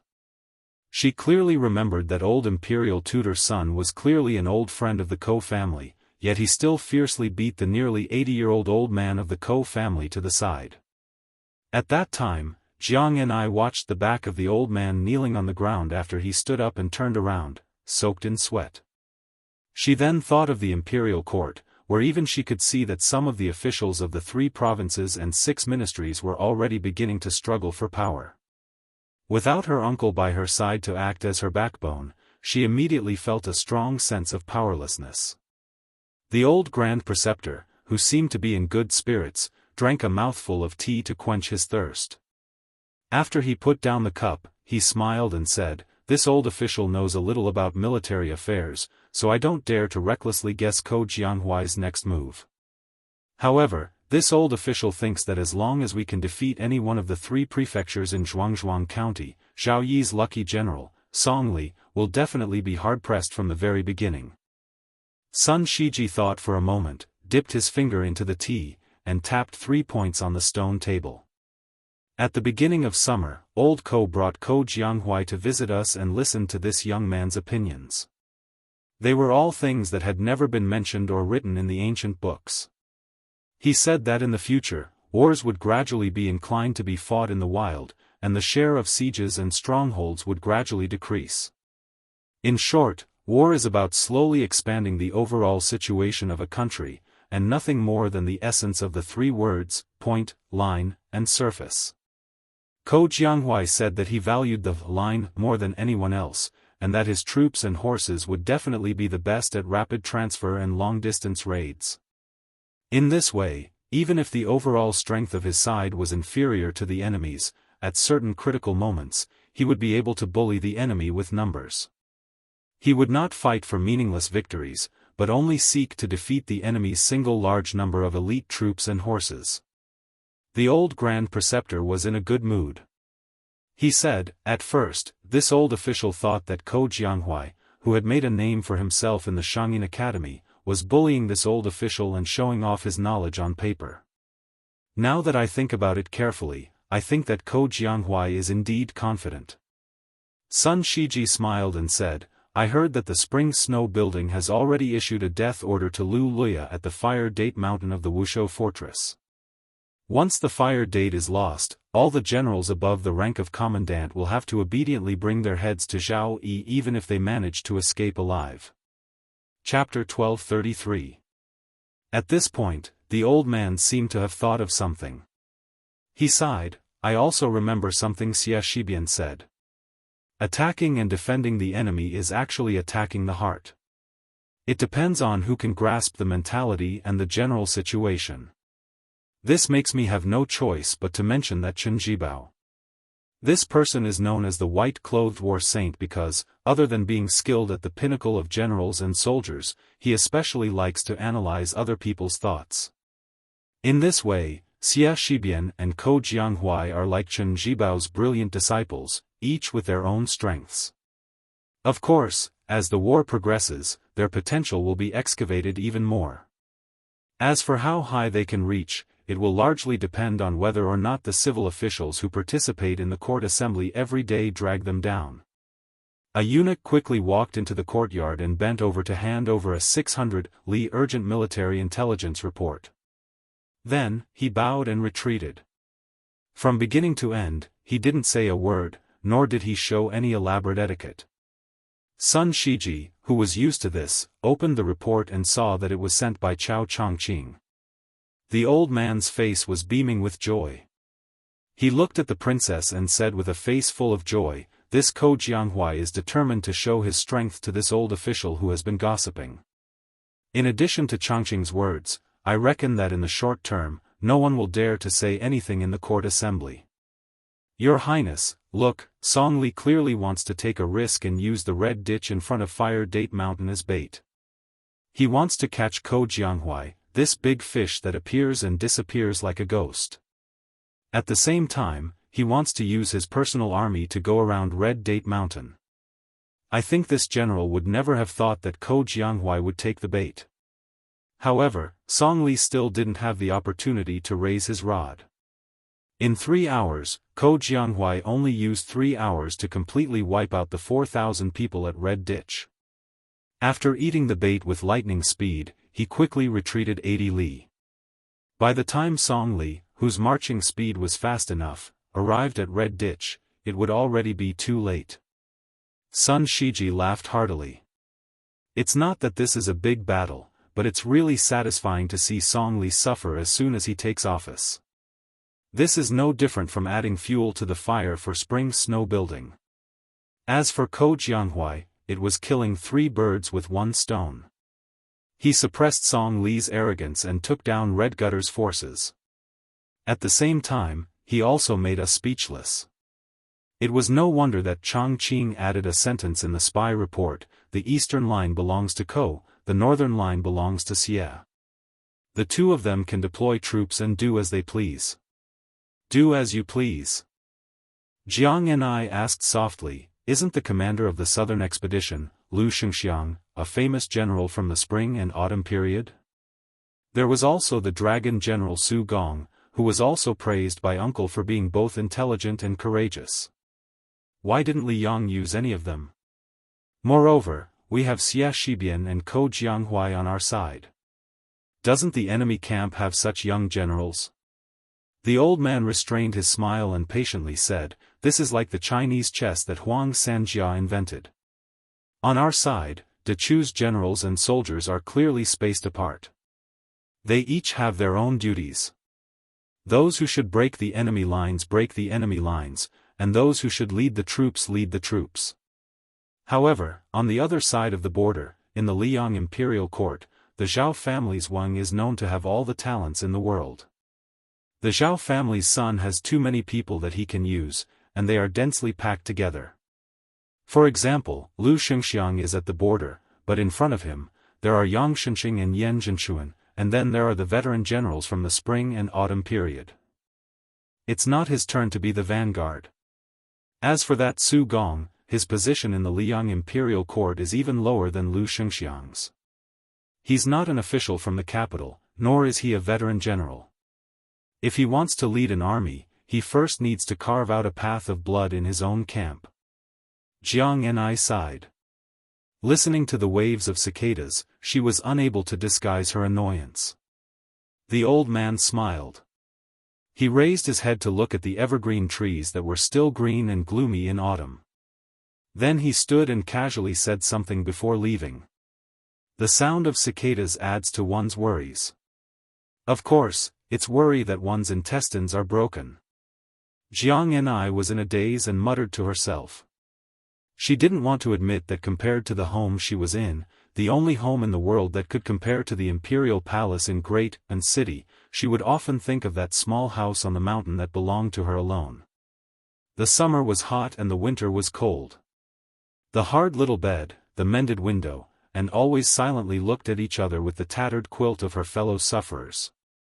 During those years there was not a single word of flattery, only cold words from the odd job workers and maidservants. However, that malice was displayed on everyone's face. She could see and recognize it. Although she hated it, she never felt uncertain in her heart. She didn't need to think about the scheming behind those respectful and solemn faces like now. She didn't need to shoulder the burden on her own shoulders. Occasionally, she would return to the thatched cottage on Wudong Mountain in her dreams. She would dream that she was taking care of the small vegetable garden that was always full of green. She would dream that she was squatting in the vegetable garden and carefully counting the harvest with her fingers. After she was able to fly on the sword, she had seen too many spectacular scenes in the world. However, these scenes were forgotten after she saw them. Many years ago, at this time, a sloppy young man was holding a branch and fiercely slapping a mournful tree. He turned his head to a young girl and said with a mischievous smile, I know. What the hell do you know? Little mud man, do you know? At this time, Jiang Ni subconsciously blurted out, just like in the past. What the hell do I know?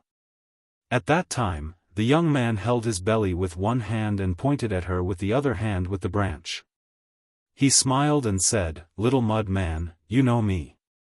If I can't find a wife in the future, you can make up the number. Attend the Shanghai Book Fair signing in the afternoon of the 18th of this month. Location, Shanghai Exhibition Center, number 1000 Yen and Middle Road, Shanghai. Chapter 1234.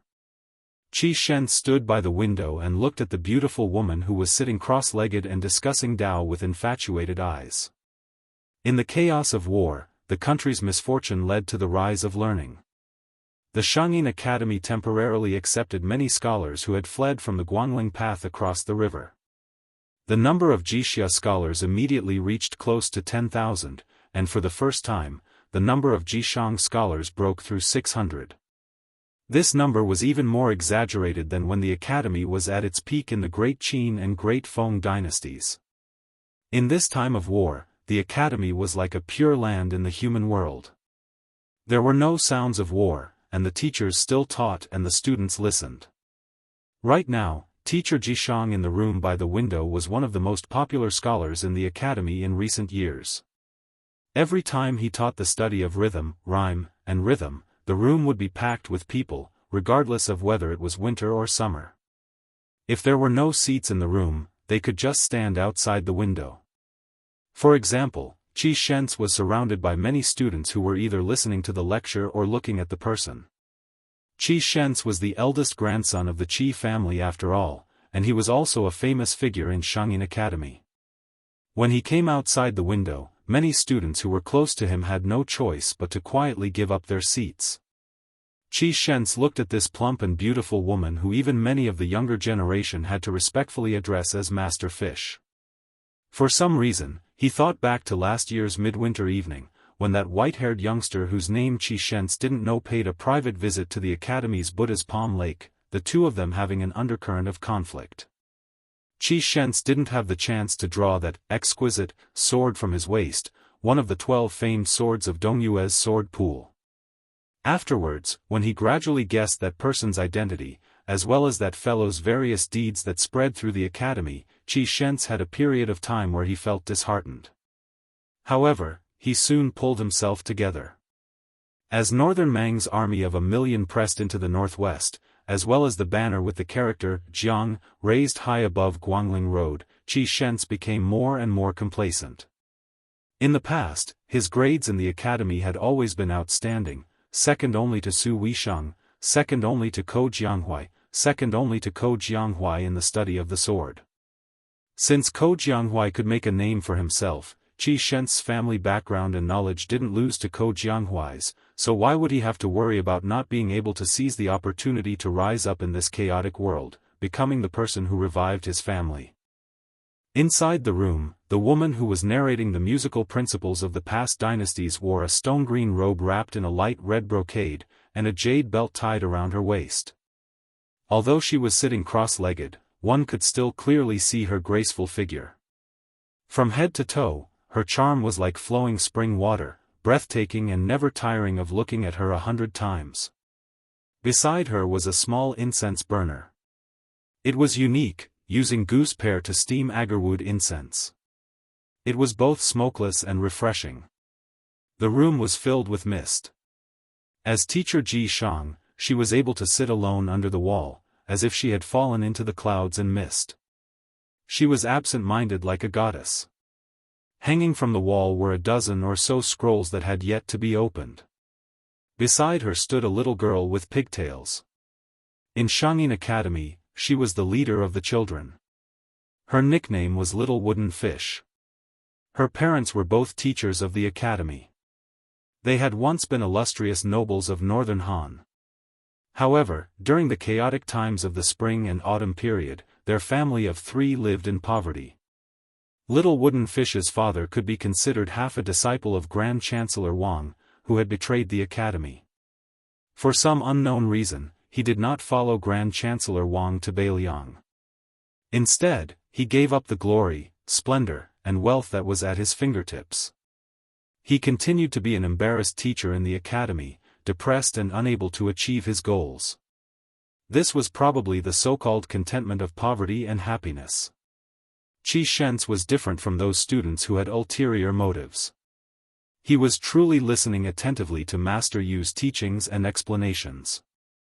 This summer, she had engraved a book, The Rime of the Golden Lotus, which had received praise from Grand Chancellor Qi, who had not yet left the mountain and entered the capital. He personally wrote a preface for the book, which was sold out on the same day. This book was divided into 2 volumes. In total, there were no more than 36 words, yet it was all-encompassing. Many of the sentences had already spread throughout the academy. For example, when explaining the character for Daoist, there was a line, "A woman's slender eyebrows are like a crescent moon, a man's vigor is like a 10,000 zhang long rainbow." When explaining the character for loyalty, there was a line, "Emperor Qin's great military uniform is bestowed with the 3-foot sword of peace." However, what made Qi Shens's grandfather sigh with emotion the most was when explaining the character for Jiang, 1,000 mountains against 10,000 rivers, one's homeland against another. Furthermore, Master Yu's original exegesis, primary school, had sorted out the changes in musical temperament since the Sanskrit of the western regions had entered the Central Plains. His grandfather originally had some objections to his grandson, whom he had high hopes for, being unable to let go of a downtrodden woman. Recently, he had loosened up a bit. He still did not agree, but he also did not object. Inside the room, Master Yu was explaining the military war songs of various dynasties and generations. The goat-horned girl was in charge of opening the scrolls. Each scroll had a vigorous or sorrowful lyric written on it. Only 2 armies in the current era had received this honor. One was the Beimang South Courtyard's Dong Army, led by King Dongzhuo. The other was the Bailiang Frontier Army's Bailiang Song. Qi Shents could clearly feel Master Yu's joy and depression when she was explaining the Bailiang Song. Qi Shents had been traveling among flowers for many years without being attached to a single leaf. How could he not understand the principle that it was easy to pick up when one's love was shallow, but difficult to let go when one's love was deep?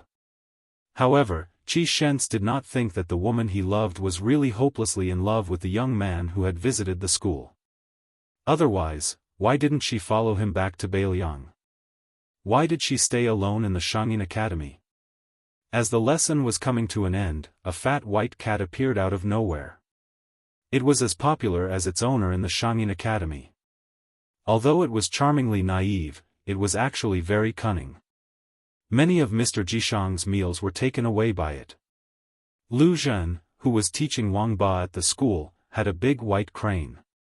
He loved it so much that he even nicknamed it Crane Wife.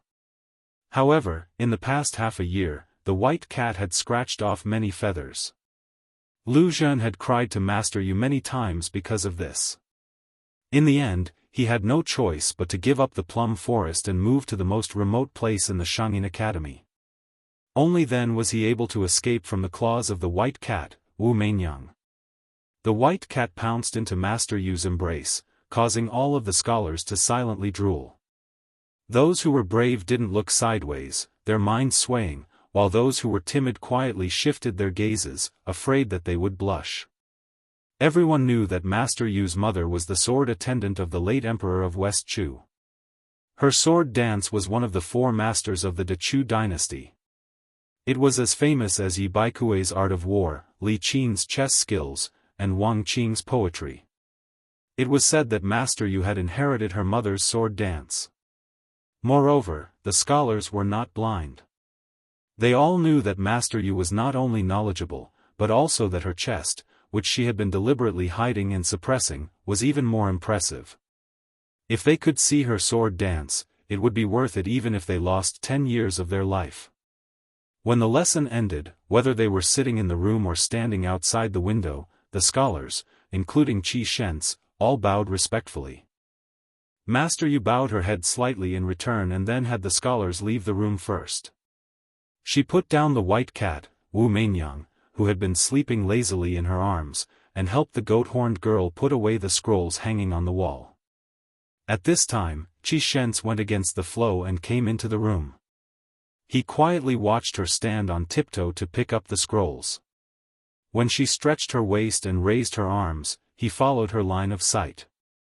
Her waist was extremely slender because of the jade belt, and some parts of her body were extremely full. Qi Shents was very tempted and smiled slightly. Scholars did not like flatness when looking at mountains, and it was even more so when admiring women. She, who had already used her real name, Yu Xuanji, did not pay attention to Qi Shents.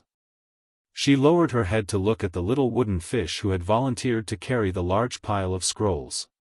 She rubbed the little girl's head and smiled gently. "Can you carry it?" This goat-horned girl, who was more competitive than boys among her peers, nodded vigorously. She glanced out of the corner of her eye at Qi Shents, the first young master of the Qi family, who she had always disliked. She pouted at Sister Yu, then rolled her eyes and ran out of the room. She, who had used the name Yu Wei in Bailiang, looked at Qi Shents with an indifferent expression and asked, "What is it?" Qi Shents smiled and said, "Just saying goodbye before leaving." Yu Wei made an "oh" sound and did not say anything else. Clearly, she meant that their relationship was normal. If he wanted to leave, she would not ask him to stay or send him off. Qi Shents hesitated and did not have the intention to turn and leave. Instead, he sat behind the short yellow rosewood table that could be seen everywhere in Shangyin Academy, like a student asking for guidance from his teacher. It was undeniable that this future patriarch of the Qi family was romantic and elegant. It was rumored that many attractive female teachers in the academy had fallen in love with him, not to mention those young women who were in the prime of their youth. Every time Qi Shens went out, there would be many women who used their connections to get close to him. Qi Shens sat upright and still. He raised his head to look at Master Yu, who was standing, and asked softly, "Master Yu, do you think I should go find my good friend Ko Jianghu to ask for wine or go study at the capital Imperial College?" Yu Yue frowned and said, "You should ask that grandfather of yours who did not follow the great exodus to West Chu, not me." Qi Shens smiled playfully. "West Chu? Shouldn't it be De Chu?" "All right, I already know the answer. This one will go to Great Peace City now." Yu Yue smiled coldly but did not speak. Qi Shens slowly stood up and looked straight at this woman who rejected all men. He said in a gentle voice, "Xuanji, can you wait for me for 3 years? In 3 years, I will definitely be famous. Everyone in the court will know of me, Qi Shens, as well as Ko Jianghu." Yu Yue actually smiled. This was a scene that Qi Shens had never seen before. Just when Qi Shens thought he had a chance, Yu Yue looked out the window and said calmly, "So what if you are Ko Jianghu? Even if you are the great official Chao Chongqing, so what? Is he very powerful?" Yu Yue smiled strangely and asked again, "Is he really very powerful? Is he the number one in the world?" Qi Shens immediately felt a chill run through his body as if he had fallen into an icy cavern. In terms of family background and fame, Qi Shens really could not match up to that person. The hereditary king of Beiliang who had 300,000 cavalry in the world. The person who had reached the top of the martial evaluation and made Li Yang and Bei Mang bow to him. Chapter 1235. Qi Shens quickly recovered from his dejection and shook his head. His eyes were resolute as he said, "It's not the same. I will climb up step by step from an ordinary pawn." Yu Yue seemed to have heard the funniest joke in the world. She wanted nothing more than to burst into laughter. She waved her hand and said mockingly, "Don't say any more. I'll laugh myself to death. Qi Shens, I won't hold you back from making contributions on the battlefield." Qi Shens didn't get angry. He asked, "Before I leave, I want to know what's so funny. It's better to enjoy it together than to enjoy it alone." Yu Yue stretched out her hand. It was clear that she wanted him to leave. Qi Shens lived up to his reputation as the Qi family's pillar. He had a decisive personality and didn't make any loathsome one-sided love. He strode out of the room. Yu Yue waited until he was far away before crouching down and picking up Wu Meinyang. She looked at it with a smile in her eyes. Someone once told a joke. He said that the tortoise and the rabbit ran away one after the other. In reality, the rabbit would never be able to catch up to the tortoise in its entire life. He called this a paradox and even used a wine cup and chopsticks to explain it for a long time. However, I still think it's twisted logic and a joke. Wu Meinyang, don't you think so? She pressed her cheek against the white cat's head. Her eyes were sorrowful as she said softly, "Wu Meinyang, is it because no one bullies you that you feel lonely?" Yu Yue slowly closed her eyes. "A person lives here, but their heart dies there. Isn't that a paradox?" After putting down the painting scroll, the little wooden fish bounced back to the door. When it saw Yu Yue crouching on the ground with a face full of tears, it immediately flew into a rage. It quickly ran over to Yu Yue and crouched down. It said angrily, Big Sister Yu, did that lecher surnamed Qi bully you? I'll kick him to death right now." Yu Yue opened her eyes. She was a bit helpless. She smiled gently and said, "No." The goat horn girl was a bit doubtful. "Really?" Yu Yue nodded. The little girl waved her fist and said, "Sister Yu, didn't you secretly tell me that guy was the master who defeated old Immortal Wang? Humph, you know, last time he said that my fist technique was invincible and my leg technique was unparalleled."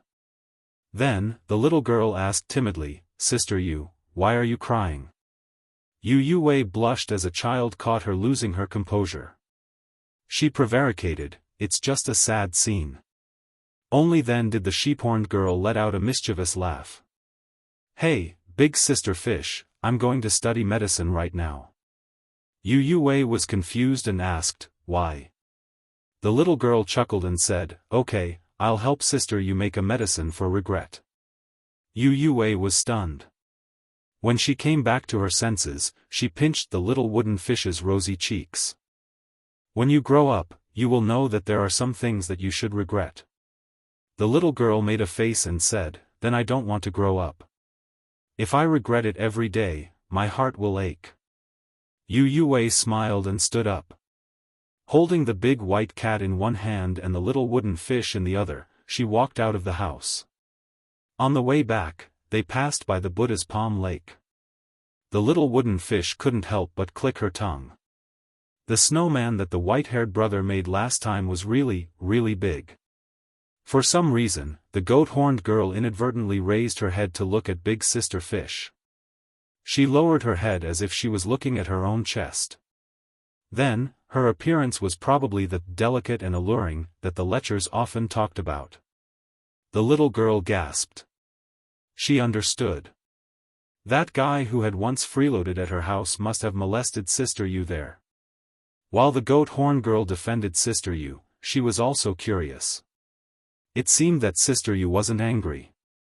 Instead, she was happy. She still didn't understand the love and hatred between adults. The little girl, who was the head of the household at a young age, sighed and said to herself, "Sure enough, the name of the medicine for regret is forget each other in Jianghu, and the root of the illness is can't help each other in need." Chapter 1236. North of Beimang and Orange State, south of Shihe State, there was a famous Dunhuang city. The number one devil of Beimang, Luo Yang, used to be the lord of half of the city. With Luo Yang's betrayal of Beimang and the wrath of the empress, Luo Yang killed her way through the encirclement and entered Liyang territory. Since then, she had completely disappeared from Beimang. However, this was like adding oil to the fire for Dunhuang City. Especially when the military god, Tuoba, was ordered by Her Majesty to sweep through the rear and eliminate all the unruly grassland forces. Although Helian Weiwu, the head of Shihe State, had always turned a blind eye to Dunhuang City and did not have much ill feelings towards it, and Murong Baoding, the head of Orange State, had always been regarded as the backer of Dunhuang City. However, this great turmoil that swept through Beimang's north court still affected Dunhuang City more or less. Many unruly grassland lords were forced to leave their territories to avoid Tuoba, causing them to wreak havoc like a swarm of locusts. Fortunately, the new general, Su Pong, was in charge of the army in Dunhuang City. There were also Yuan Duan, Duanmu Chongyang, and the others who held real power in Dunhuang City. The people in the city felt that as long as Dunhuang City did not raise its flag and rebel, Dunhuang City would not be so weak even if some unruly grassland forces wanted to take over the city. However, what made the people in Dunhuang City feel the most uneasy was the beautiful city lord. After quelling the bloody rebellion in the city, she disappeared.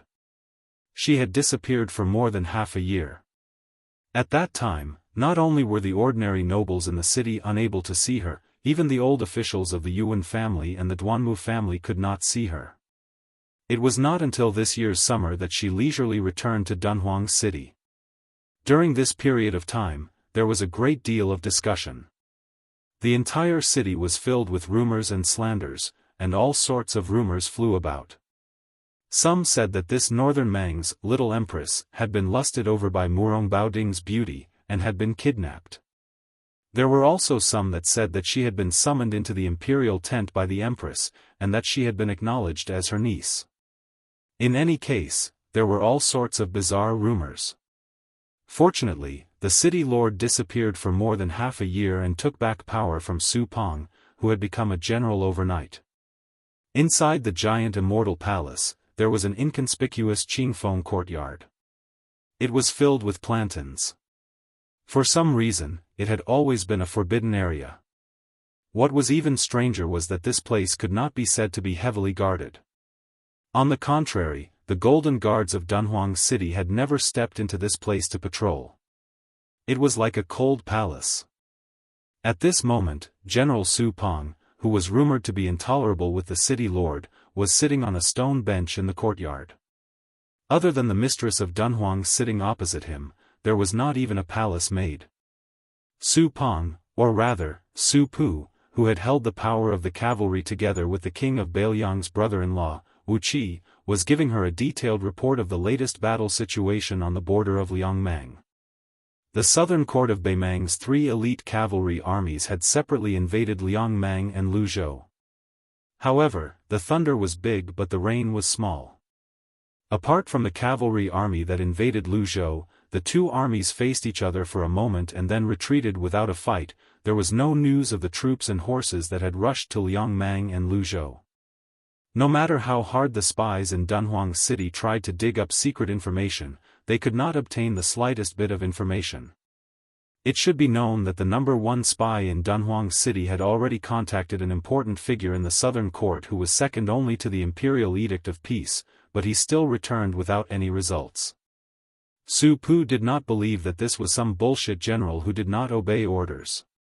Either this was a last-minute plot by Fatty Dong, or this was an established policy that the Imperial Edict of Peace had long planned.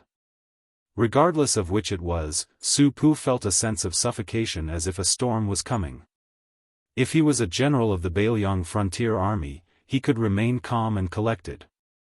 However, he was now an outsider in Dunhuang City in the hinterland of Beimang, who could only watch the fire burning across the river. It was inevitable that his chest would be filled with depression. That woman was not only a first-rate maidservant of Beiliang Palace's Wutongan, but also a loyalist of His Royal Highness. She was also the lord of Dunhuang City and a top assassin in Beimang. When Sweet Potato heard the vanguard cavalry retreat without a fight, he said softly, "Uncle Su, the great general had painstakingly built Liangzhou and Yuzhou for 20 years when he was alive. With the old General Yan Wenluan guarding Yuzhou, Chu Lushan is personally overseeing the northern pass of Liangzhou. Dongzhuo wants to attack Liuzhou first, and Beimang wants to use Liuzhou as a breakthrough point. Our Beiliang wants to use Liuzhou as bait. Both sides have their own goals. In the end, it seems like it depends on whether the terrain wins or the people win." Su Pu said calmly, "If Beimang is determined to fight to the death with Liuzhou, which has no city to defend, will definitely not be able to defend. The key is how much meat will be cut off from Liangmang in this slaughterhouse. In my opinion, even if Beimang loses 150,000 elites in Liuzhou, as long as Beiliang loses 50,000, as long as we cross this boundary, even if we lose just one more soldier, then Beiliang will have already lost this battle. Defending the northwest of Liangzhou and defending the north of Yuzhou is just to buy time for Liang. Beiliang, Beimang, and Liang are 3 pillars. Liang can afford to waste the most time and national strength, Beimang is close behind, and Beiliang is the most stretched." Sweet Potato said worriedly, "The 30,000 Long Xiang army is all in Liuzhou." Su Pu said sadly, "This is actually His Highness declaring his position to the Beiliang people. If we defend the country and fight to the death at the border, when we lose, there will definitely be someone surnamed Su among the dead." Sweet Potato asked, "Is it worth it?" Su Pu did not answer. Sweet Potato asked and answered his own question, "There are many things that cannot be said whether it is worth it or not." Sweet Potato suddenly asked, "Uncle Su, how is that little eunuch Dong shows martial talent?" Su Pu smiled and said, "His talent is average, but his roots are pure. On the path of martial arts, it is not said that only those with extraordinary talent can achieve good results. Moreover, the secret manual that the city lord selected does not care about innate talent, it only cares about the accumulation of time." Sweet Potato bit his lips and said regretfully, "It is not that there are no shortcuts to martial arts that can achieve instant results, it is just that they are not suitable for this simple and honest youth.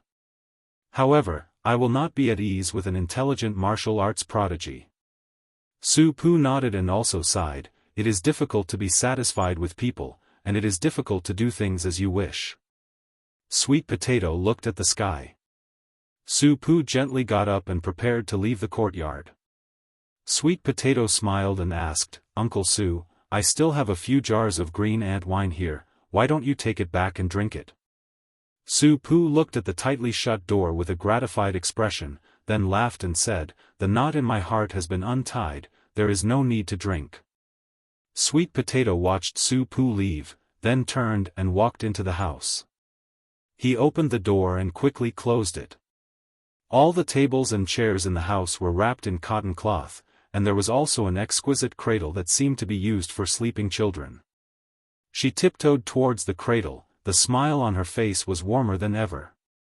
She squatted in front of the cradle and called out softly, "My little Sweet Potato, grow up quickly, then go and give your father a big scare." Chapter 1237. Jianghu is bustling.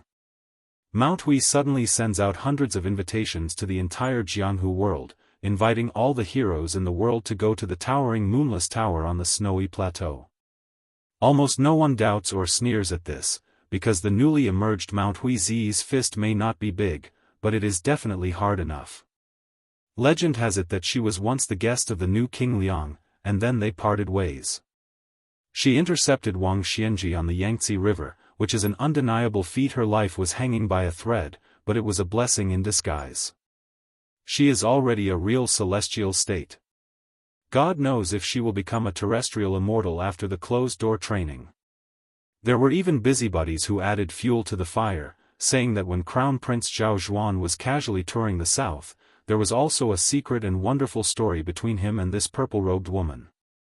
Mount Hui, which is already full of visitors, is now climbing the mountain. Some experienced Jianghu old foxes start to count which gangs and sects have arrived. For example, the little immortal Wuxia Xianxia of the Qingyang Palace of Mount Qingcheng is staying at the Mount Hui abode. Also, the master of the Quick Snow Mountain Villa, Wei Qi Liangfu, brings his beloved daughter Yuqi Nyochuan, who is entering Jianghu for the first time. The leader of the new Dao Zhuangtai in the northern Liaoxi also swaggers up the mountain. Lin Hongyuan, the young palace master of the southern border Dragon Palace, appears as magnificent as before. There is also the new owner of the Spring Invitation Cottage in Shishu, who is also the winner of the Rouge Beauty Award, thank you. When she appears, she is regarded as a celestial by countless men. However, when they think of her inextricable relationship with the king of Shu, Chen Jibao, no one dares to make trouble. Mount Longhu has been neighbors with Mount Hui for hundreds of years. The new Taoist master Zhao Ningxian personally comes out of the Taoist master mansion to visit the snowy plateau. Usually, it was as difficult as ascending to the heavens to bump into one of these elusive big shots in Jianghu. Now that they had appeared one after another, it was a feast for the eyes of the onlookers who were not qualified to be honored guests of the moonless brothel. They only felt that the travel expenses they had spent on this trip to Mount Hui were not a problem. In addition to the new top 10 gangs like Mount Longhu, the Spring Invitation Cottage, and the Quick Snow Mountain Villa, there are many old Jianghu sects that can be regarded as leaders in the provinces and counties. There are also the Beggar sect and Chao gang, which are rich but like to pretend to be poor. After receiving the hero's invitation, they also send their most important leaders to Mount Hui. They are either leisurely climbing the mountain to enjoy the scenery or are on the way here. There are also a lot of Jianghu individual immortals, who are all proud of receiving a hero's invitation. For example, Fan Qingsong, who is known as the Central Plain swordsman in Jianghu, is 90 years old and half of his body is in the ground, but he still has to grit his teeth and risk his life to rush to Mount Hui. As for those who had just entered the Jianghu for a few years but had already made a name for themselves, they were even more ambitious and in high spirits. They wore the best clothes, rode the best horses, and carried the best weapons. Those who were handsome were as elegant as a jade tree in the wind. Those who were born inferior in terms of appearance were at least able to attract attention. Compared to those who had been in the Jianghu for a long time, they knew the principle of relying on clothes when going out to meet outsiders. This made some of the older seniors sigh with emotion. They were indeed worthy of being called the younger generation pushing the older generation forward. Even if the older generation did not die, they would be half dead on the beach. Interestingly, there are very few women who have received the hero's invitation this time. Those who have made a name for themselves in Jianghu can be counted with one's fingers. However, even if Mount Hui does not invite them, it does not mean that they are willing to miss this rare Jianghu event. Those who have strong connections will go hand in hand with the big sections. For the time being, those who have not made a name for themselves in front of the sect leaders and sect leaders will not lose face. In any case, they will shout at some of their admirers who are willing to pay for them. Most of these women are not ordinary, either openly or secretly competing with each other for beauty. Unknowingly, they have added countless topics of conversation in Mount Hui. It is one thing to join in the fun and visit Mount Hui to see the immortals, but finding a place to sleep is a real problem. In the surrounding counties, towns and villages, as long as there is a place for people to live, it is crowded. Not to mention the inns, even the houses of the inns are opened with money. Nowadays, the neighbors around Mount Hui are busy arguing every day about who has more Jianghu experts. For a time, all kinds of people are mixed in here. It is not that there are no criminals or people who want to fish in troubled waters, but they are all expelled or even killed on the spot by the foreign official of Mount Hui who is in charge of patrolling outside the mountain. During this period, there are a few people who have crossed the river and disregarded the law. In the end, the great foreign official Huang Fangfuo personally killed them. After that, from the county magistrate to the prefectural governor, there is no one to collect the corpse. This is the first time that Jianghu has seen the hidden power of Mount Hui. Thousands of people in the martial arts world racked their brains, wanting to reach even higher places in Mount Hui. Even if they were able to show their faces at the sword comprehension stele, it would be a great fortune. Perhaps being in Jianghu was a journey to climb high and look far. Some people stop at the foot of the mountain, some people struggle to reach the waist of the mountain, and then they can only look at the backs of the people. As the lucky people climb higher and higher, there are fewer people at the top. Until they are qualified to be secretly happy, but on the surface, they say that it is lonely at the top. Even though there were still 3 days before the start of the martial arts tournament, there were still plenty of tourists. The paths leading up to the mountain were already packed with people. Those who were impatient had already started cursing, and there were also a lot of children crying among them. At the foot of Mount Hui, many tea houses and wine stalls have been temporarily set up for tourists to rest. Not far away is the ferry port, and no less than 100 ships of various sizes go back and forth between Mount Hui and Mount Longhu. Inside the tea houses and wine stalls, there are many people talking loudly. Among them, there is a well-dressed guest who is commenting on the heroes of the world who have passed away with the river. Every time he calls out a name, he will drink a cup of wine. The people named by this person are Wudong's Wang Zhongluo and Hong Shixiang, the sword maniac Wang Xiaoping who will not back down even if he dies, the cat man Han Shengxian who is invincible below the land immortal, the dragon tree monk of the 2 Zen temples, the Dongyue sword pool Song Nianqing, the black-clothed sick tiger Yang Taisui, the Shishu blacksmith Jian Jiuhuang, the spring invitation cottage Xielingzhen, the pair of grandfather and grandson, Xianyuan Dandan and Xianyuan Jingcheng. The pair of Taoist masters from Mount Longhu, of course, the old god of sword Li Chungang, and the most important Wang Xianji. In the end, Liu Baijia also has a lot of regrets. Sword fairy Tang Shi who is expected to become the land immortal of sword had to give away her sword after becoming the minister of war. At the next table, a young child with delicate features is snuggling in the warm embrace of his graceful mother. His father is full of smiles, drinking slowly. There is an ancient long sword overflowing with sword qi on the table.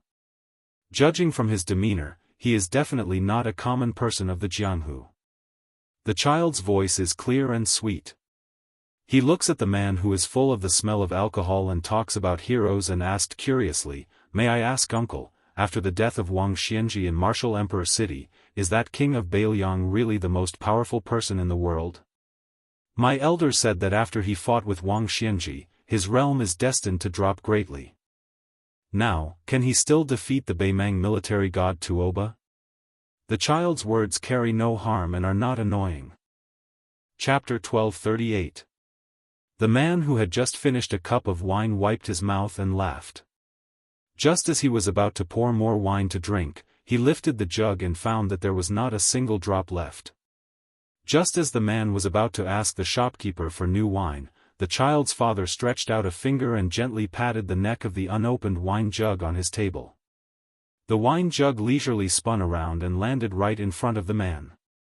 This method of delivering wine was not mysterious, but this unknown swordsman's ingenuity lay in his control of strength. After the wine jug touched the table, it was as if it had taken root and did not move at all. This level of proficiency was definitely at the second level of the master realm. The man did not hold back. After nodding his head, he poured himself a bowl of wine and drank it all. He said, "Young hero, I, Wang Bopo, am not someone who speaks without thinking. I will only say what I know. Let's not talk about whether the king of Beiliang's realm fell or rose. I only know that after the battle between him and Wang Xianxia, the current head of the Wu family's sword tomb came out of the mountain and went to the border of Yuzhou with his sword. He used his 14th sword, but he still could not stop the young king of Beiliang. Now, another senior swordsman who has never appeared in Jianghu has gone to Liangzhou. I guess there will be another great battle." The child waved his hand. "I am not a young hero, at least not now.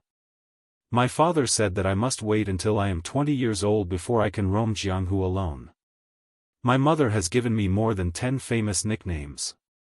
Unfortunately, they are like the money I get every year. I can only save them. Sigh, why is it so hard to grow up?" All the men and women in the tavern burst into laughter. They were amused by the child's naivety. The woman knocked on her son's head. The swordsman's eyes were gentle and filled with love and pride. This was the feeling that every father would have when looking at their child.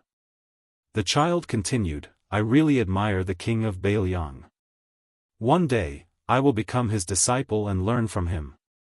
The man couldn't help but tease, "Then you'll have to see if that old man will accept you as his disciple." The child was stunned for a moment. He patted his chest and said, "Dad said that I have extraordinary talent. I'm a martial arts prodigy that's hard to come by in 100 years. Even if I was born 60 years earlier, I could still spar with Daoist Master Qi of Mount Longhu next door. If the king of Beiliang doesn't accept me as his disciple, then it's really. Mother, what's that phrase again?" The woman said softly, "Casting pearls before swine." The hall was filled with laughter again. The child's father had a helpless look on his face. Inside the tavern, the man and the child were fighting and fooling around. It was a happy and harmonious atmosphere. Suddenly, there was a commotion outside the tavern. Soon, someone ran in and shouted, "Little ancestor Wuxia Xianxia, who left the Taoist master's residence to travel Jianghu for many years, also got off the ferry and climbed up the mountain." Not only this tavern, but most of the people from the nearby tea stalls also ran out.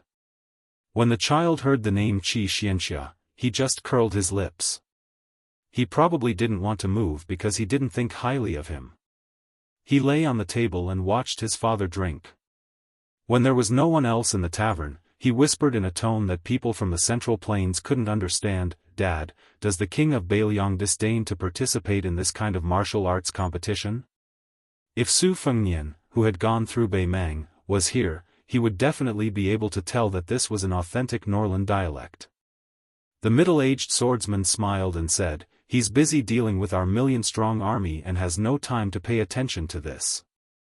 Otherwise, I think he would come. That person, I think he's looking forward to Jianghu." The child stretched out a hand and sighed, "So many top masters have left Liang, but we're much luckier.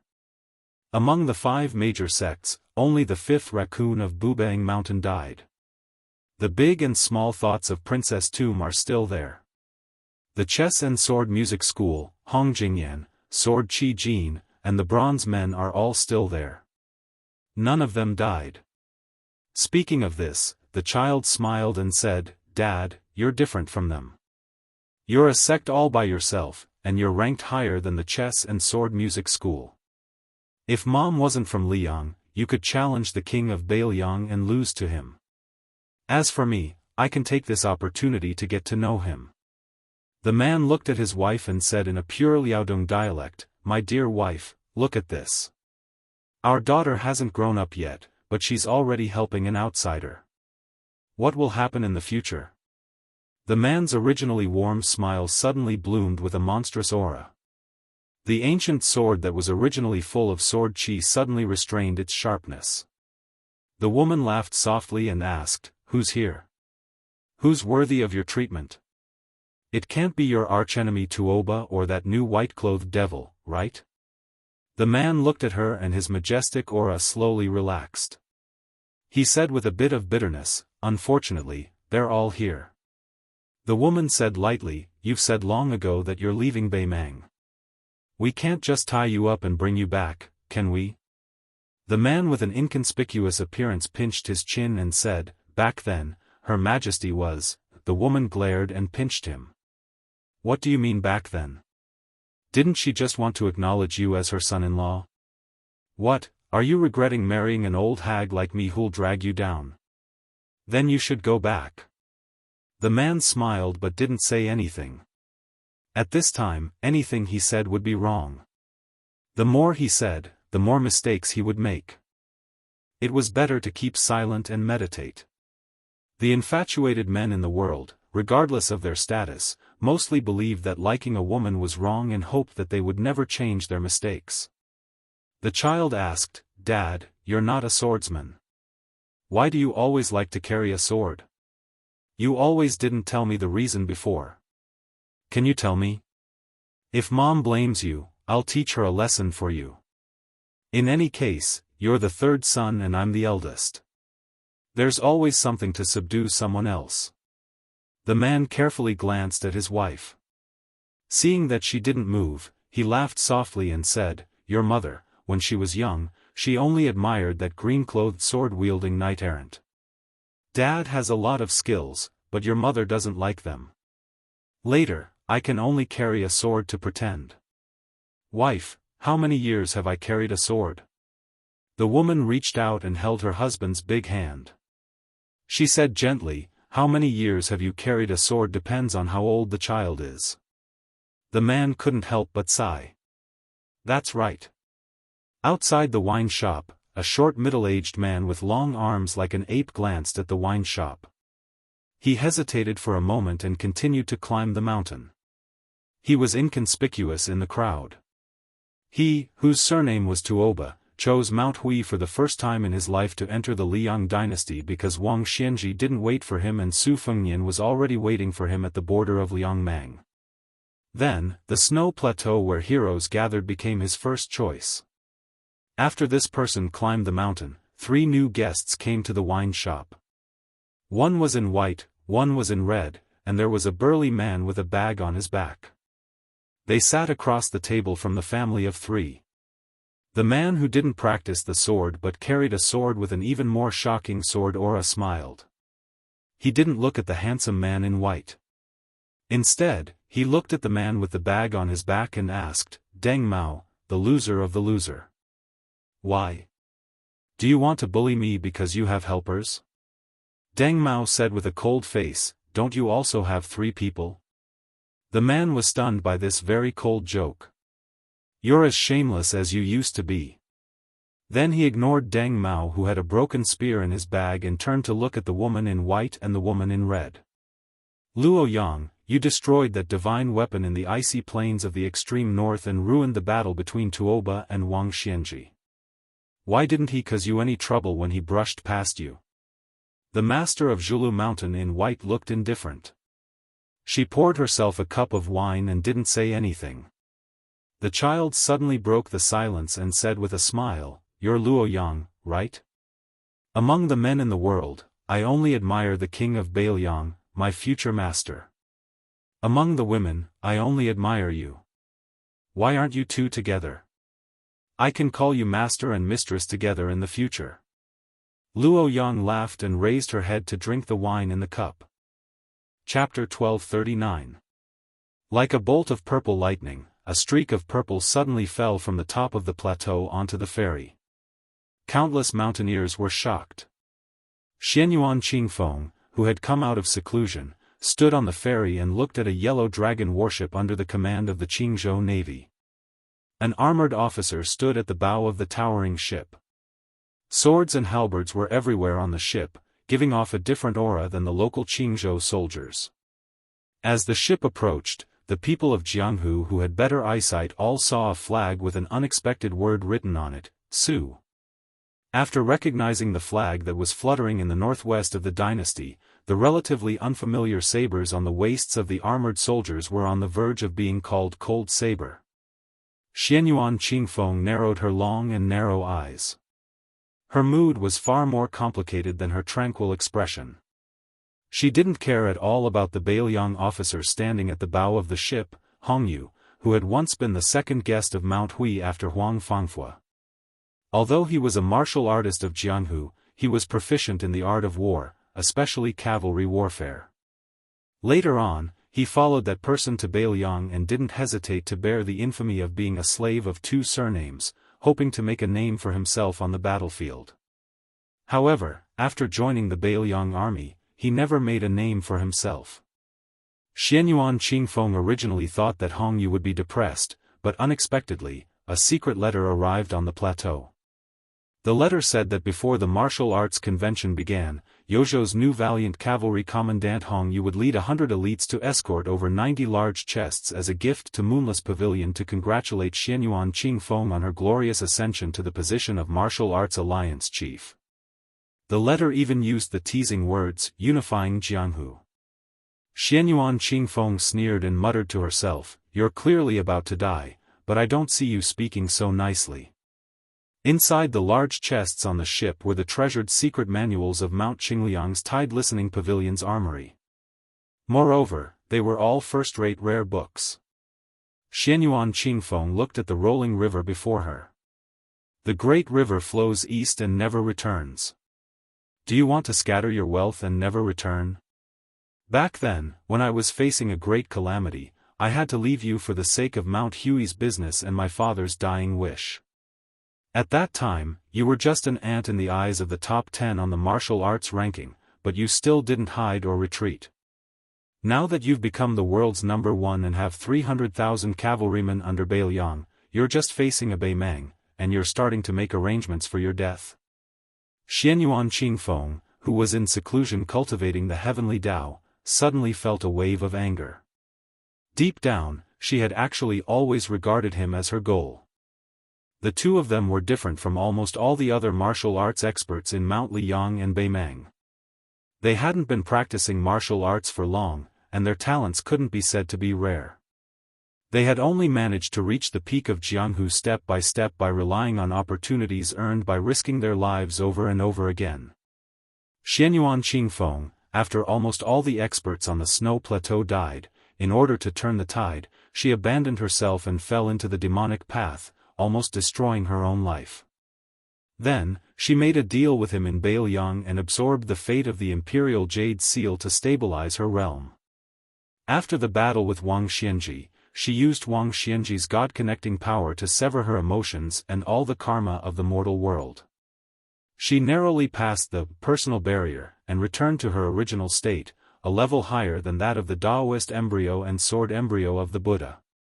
In the end, because of her out-of-body state, Zhao Huangchao, who had a great connection with the Zhao clan of Liyang, escaped from an incomplete black rainbow and fled to the snow plateau before his death. He instilled all the knowledge he had learned in his life into her, allowing her to reach a higher level. She was confident that she could fight Tuoba and Dong Tai with all her strength, although her odds of winning were slightly lower. However, she wasn't even 30 years old yet, and her realm was advancing at a tremendous pace. What martial god of Beimang? What peach blossom sword god?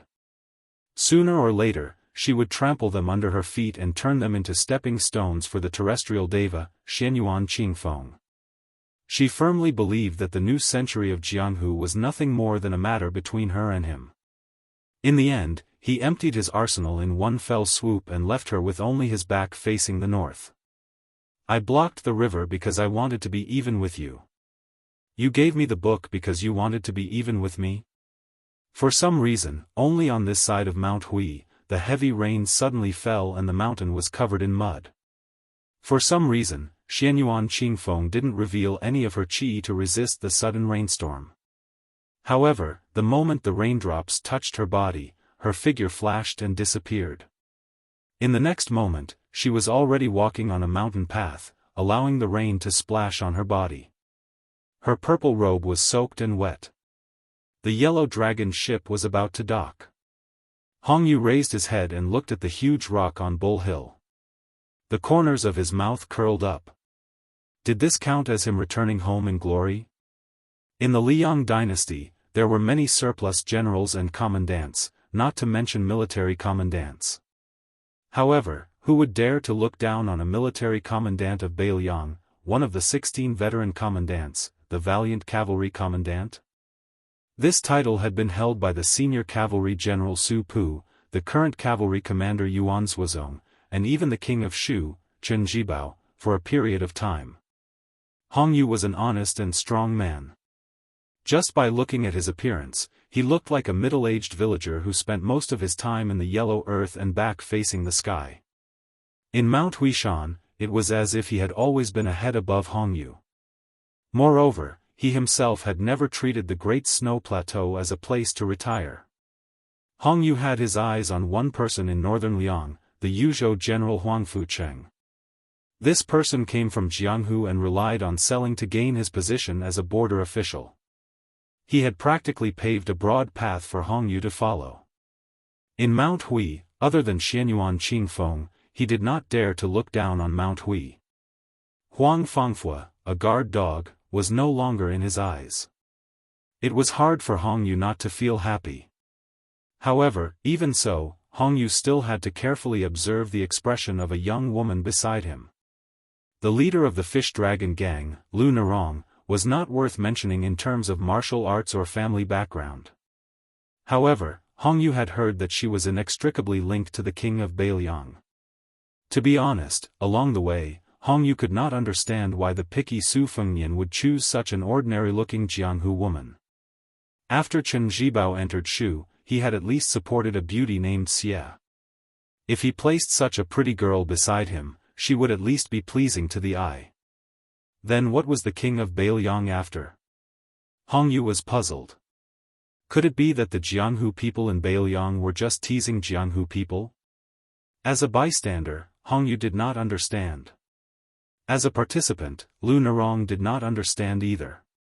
The status that she and the Fish Dragon gang had today was like an autumn dream, untimely and untimely. Lu Nerong raised her head and looked at Mount Hui. On the mountain peak, she could only see the eaves of the tall buildings on the mountain. The woman in purple from before was like a bolt of purple lightning descending to the world. What a grand style! Lu Nerong admired such a woman from the bottom of her heart. She felt that if Xianyuan Qingfeng, who had relied on himself to ascend the throne of the Wulin Alliance, could travel Jianghu with that person, it would be a good match. For no reason, Lu Nerong thought of the trip out of the fortress. She did not know why, but she had forgotten the ups and downs of the battles all these years. However, she clearly remembered the well water in the small fortress and the comical scene of that person squatting at the mouth of the well and haggling with the water peddler. Lu Nerong withdrew her gaze and looked at the turbid river flowing east.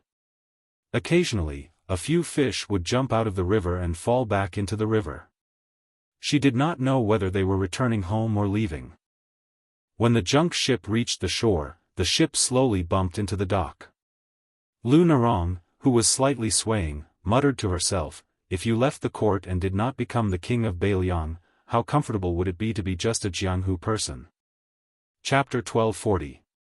That year, the smoke of war was everywhere, but it did not burn such an inconspicuous town. It was not a place that the military would fight for. Although it was Jiangnan, there was not much fertile land. According to a few businessmen who had traveled extensively, there was a disaster north of the Guangling River. But to the people of the small town who lived in a corner, it was good to be a frog at the bottom of the well. The sky was always only as big as the mouth of the well. Peace was a blessing, and contentment was happiness. Today, the small town was in a continuous autumn rain. Looking from the entrance of a restaurant, there were pedestrians with hurried footsteps holding umbrellas as they walked across the bluestone bridge. Business was slow, and there was no need to serve customers. The waiter of the restaurant sat idly at the entrance, waiting for the woman he admired to come closer. She said that she would follow her friend to the rouge shop next to the restaurant to choose because her friend was about to get married. She was going to marry into a good family, and was a scholar with scholarly honors. The waiter sighed, feeling a little bitter in his heart. The speaker did not mean it, but the listener meant it. She did not care about glory and wealth, or else she would not have taken a fancy to a cripple like him. But for better or for worse, he was a man who still had some sense of responsibility. He always wanted to let the woman he liked live a good life. Although she was not from a noble family in town, she was a well-known good person. Her family was well off, and she did not have to worry about food and clothing. She had a good temperament, and her needlework was 1 in 100. Everyone said that whoever married her was a blessing accumulated from several lifetimes, but she had taken a fancy to him. Because of this, her playmates who grew up with her were so angry that they almost broke off their friendship with her. While they fought for justice for her, they could not do without some strange words. For example, she had met a bad man, and was blinded by lard. These were all said directly in front of him and her. At that time, she looked at him, her slender little hands shyly twisting the corner of her clothes, her eyes full of apology. Fortunately, he was thick-skinned, and could still hold back his laughter. But how could his heart not be filled with guilt? Someone patted him on the shoulder, and he turned his head to look. The guy who could be considered familiar with him sat down beside him and asked with a silly smile, "Brother One, what are you thinking about?" He could be considered to be in the same boat as this kid, but this kid's situation was even worse. He had just moved to the town with his mother last year, and he couldn't even read 10 words from a book when it was spread open. Even if he fought, he wouldn't be of much use. Every day, he would be toyed with by those street ruffians who bullied strangers. It was so miserable that even after buying a new pair of boots with great difficulty, they would be stepped on until they became tattered. He couldn't be a scholar or a fighter. Fortunately, his mother still had some savings and had bought a cloth shop. His days were still bearable, and as long as he endured, he could still survive. He lived close to this guy and was probably the only local who did not add fuel to the fire. Over time, the two of them became so-called friends. He only knew that this kid's surname was Wang and that his father had yet to return from a long trip. He smiled and looked at the raindrops strung together along the eaves. He asked, "Bamboo, have you heard of a saying? Although the rain is wide, it does not moisten the rootless grass." That person was stunned, shook his head and laughed, "Brother One, I didn't know that you were a scholar." "What do you mean? Is there a story?" The shop assistant surnamed One laughed and said, "I heard it from someone else, so I didn't understand. At that time, I was too embarrassed to ask him, so I pretended that I understood. If I knew, I would have asked him." The young man nicknamed Bamboo was puzzled. "Brother One, you have a scholar buddy?" The shop assistant rubbed his chin and said with a smile, "He's not some bullshit scholar, he just can't beat me, so he blindly showed off these things." The young man was happy. Then this person is really not good, he can't even beat Brother One, and he's not a scholar, isn't he the same as me? The shop assistant rolled his eyes at him, but did not say anything. Bamboo was a young man who could not control his mouth. He was afraid of the people of Jianghu, afraid of the banditry and Jianghu aura of those people, but he also looked forward to Jianghu. He liked to hang out in taverns and teahouses all day long, listening to those who called themselves Jianghu people brag. Now, he was talking to the shop assistant surnamed One about the grand martial arts event that happened once in 100 years. He said that he just found out that there was a woman in Mount Hui who liked to wear purple clothes. Not only was she as beautiful as a fairy, but also had superb martial arts skills. Bamboo was spitting saliva everywhere. He did not notice that Brother Wen beside him was either rolling his eyes or smiling absent-mindedly. Bamboo's mouth was dry. He was not a particular person. He bent down and reached out to cup a handful of rainwater, drank a mouthful, and pretended to be heroic. Good wine. The shop assistant smiled and joked, "You even drank the taste of Jianghu?" Bamboo turned his head and stared at the man. He asked seriously, "Brother Wen, how did you kidnap Miss Lu? Why don't you teach me so that I can find a wife later?" The shop assistant looked profound. He said, "Relying on appearance." Bamboo spat. Seeing that Bamboo didn't believe him, he laughed and said, "You really don't believe me? Back then, when I was wandering around with that brother of mine, we were so poor, and he relied on his face to make a living. I am better than him in everything, but this face, I lost to him. Back then, we competed for who was the big brother and who was the little brother, from age to skill. If it weren't for the fact that I lost in terms of looks, would have been able to become the big brother."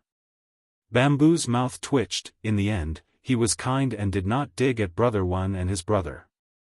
Then, the two of them were silent for a while. They just listened to the rainwater dripping on the stone pavement. Bamboo suddenly whispered, "Brother Wen, I want to tell you something. You can't tell anyone." The shop assistant said, "It's up to you to say it or not."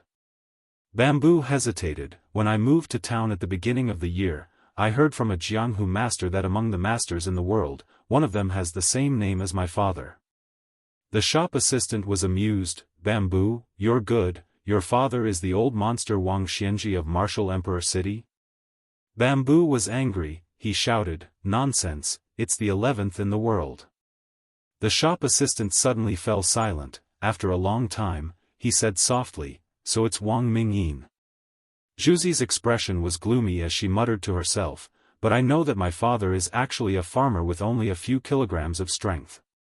It's not a big deal. It's even better if he's not the 11th in the world who died outside Xiangfan City. Mother and I can wait for him to come home one day." The shop assistant sighed. He did not know how to comfort him. He just patted his shoulder. Bamboo suddenly stood up, pointed at the small bridge, and laughed, "Brother Wen, I won't delay you, I'll go first." The shop assistant surnamed Wen followed Bamboo's finger and saw a woman holding an umbrella across the bridge, slowly walking over. He stood up with a bright smile. The first time he saw her was when they met by chance at the town's market when he returned home. At that time, her friends laughed at him for being a cripple. They did not speak well and treated him as a lecher. She was the only one who was different.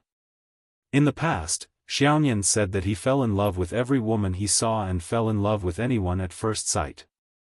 He originally thought that when he met the woman before she returned home, she would be the last woman he fell in love with at first sight, and in fact, it was indeed so. After that, he no longer fell in love with anyone at first sight, but after meeting her in the small town, he felt that if he could spend the rest of his life with her, it would be better than anything else. He jogged out. She had just walked off the bridge. There were advantages of being small in the small town. There was no rigid etiquette of men and women touching each other, and she was not afraid of this. She tilted the oil paper umbrella. Her face was slightly red, and shielded him from the rain. He was never glib-tongued when he was with her, and in fact, after returning home, he was no longer as outspoken as before. He was honest and ordinary, and this was probably what she liked about him. In the past, as soon as he saw a woman, he would dare to flirt with her and say, "Miss, this big brother will help you cook the rice." If the woman ignored him, he would say, "Miss, you must have cultivated 3 lifetimes of fortune to be able to meet me. If you don't marry me, you must have suffered 8 lifetimes of bad luck." If the woman flew into a rage out of humiliation, he still had countless backup plans. But he was different now. At that time, when he saw a beautiful woman, his mind was filled with thoughts of getting out of bed. Now, standing beside her, he did not even have the courage to hold her hand. In the pugilistic world, there was him. Outside the pugilistic world, there was her. God did not owe him, Wenhua, anything.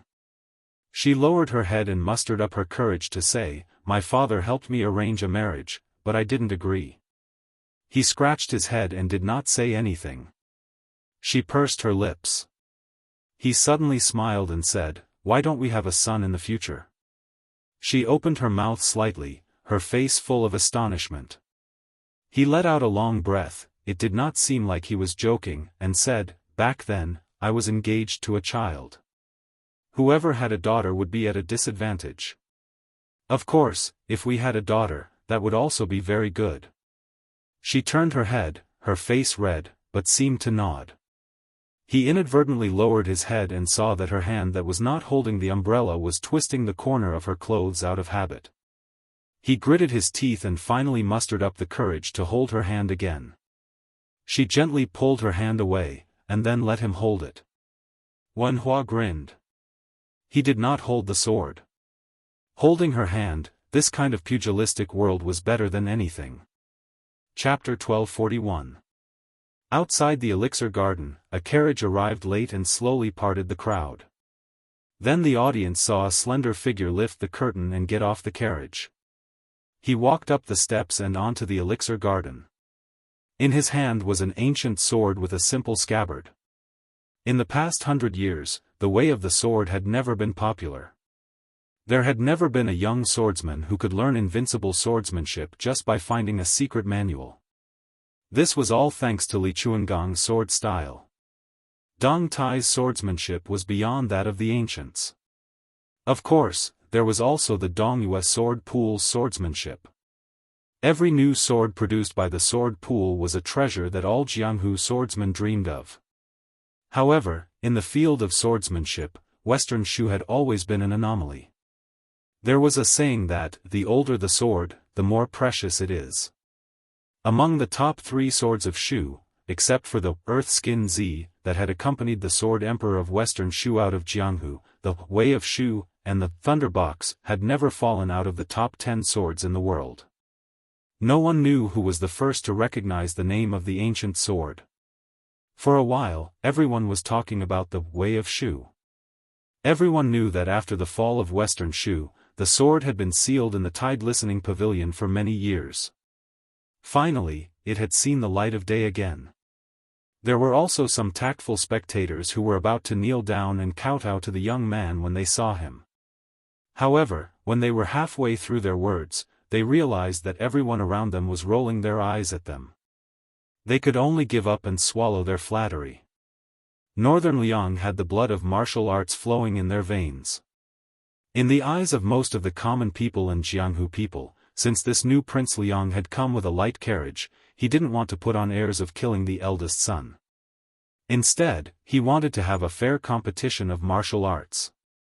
This was not the Central Plains, where the fist was the only thing that mattered here.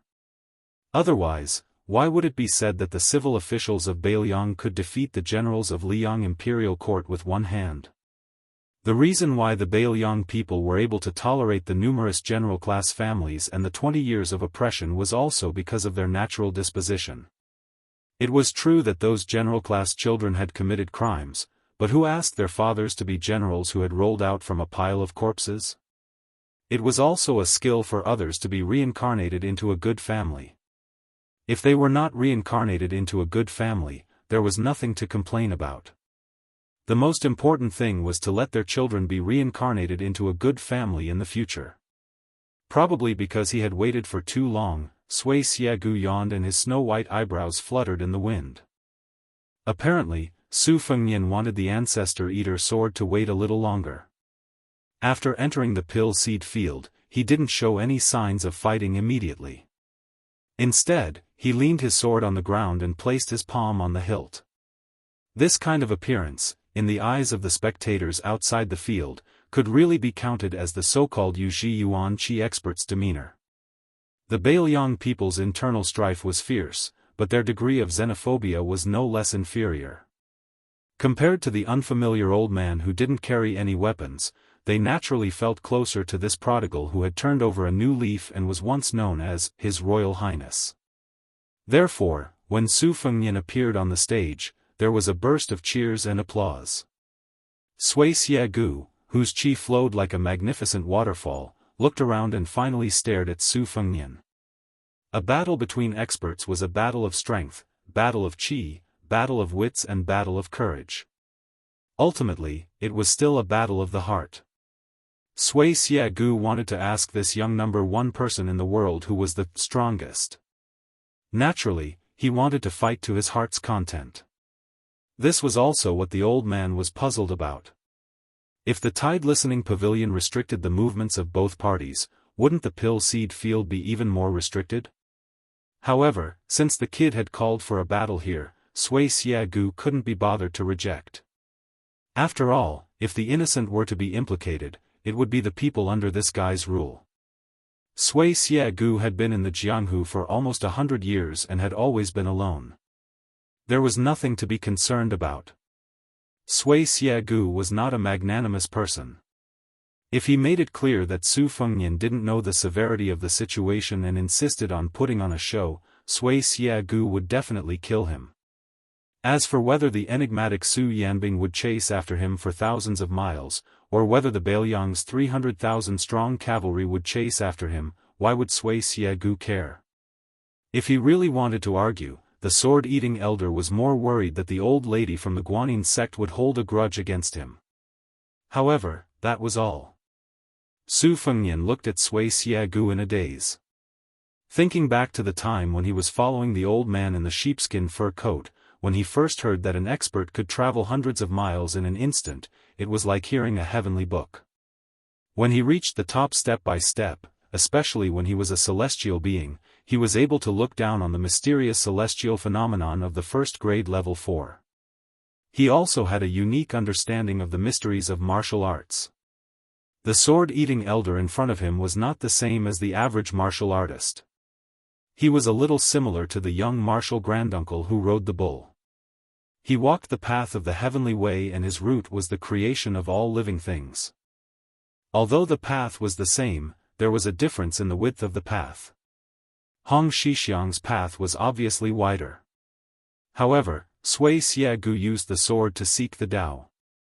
Ever since Sui Xiegu picked up the sword, he had spent a total of 80 years cultivating it meticulously. Whether it was the flow of blood and qi, the circulation of qi in the organs and lungs, or the opening and closing of the cardinal acupuncture points, all of them were at the peak of perfection. Rather than saying that the old man used the sword to seek the Tao, it was more accurate to say that Sui Xiegu had already used the Tao to develop the sword. This was probably the reason why Sui Xiegu dared to challenge Wang Xianji. The old man's physique and martial arts were not as high as Wang Xianji's. However, as long as Wang Xianji did not dare to claim that he was superior to the heavenly way, then both of them would have a chance. At this moment, there was a white rainbow that came from tens of thousands of miles away and crashed into the pill garden. Everyone subconsciously closed their eyes to avoid the dazzling light. When they slowly opened their eyes, they did not know why there was still nothing strange in the pill garden. The old man with snow-white eyebrows was still there, and the new Prince Liang, Su Fengnian, was also calm. Other than that, there was nothing else on the pill garden. However, Sui Xiegu seemed to be angry and grunted. Su Fengnian, whose palm was placed horizontally on the sword hilt, suddenly smiled, as if a knot in his heart had been untied. Chapter 1242. Back then, he had once met the Grand Tutor of Beimang, Li Qingshan, for the second time on the muddy road. He did not know whether it was before or after, but it was also good karma. The Qilin Daoist had said he was about to ascend, and he had indeed ascended. However, before Li Qingshan ascended, he had visited Bailiang as a streak of light and personally brought a message to Su Fengnian. It was a pity that apart from Sui Xiegu, who possessed a profound cultivation, no one else could appreciate such a shocking scene. The several thousand people outside the pill garden fields only took a blink of an eye, but to Su Fengnian and Li Qingshan, it felt like the time it took for a stick of incense to burn. After Li Qingshan ran into the pill garden fields, he staggered, almost colliding with Su Fengnian. After being supported by Su Fengnian with a smile, the old Daoist smiled brightly, but there was a hint of self-mockery in his voice.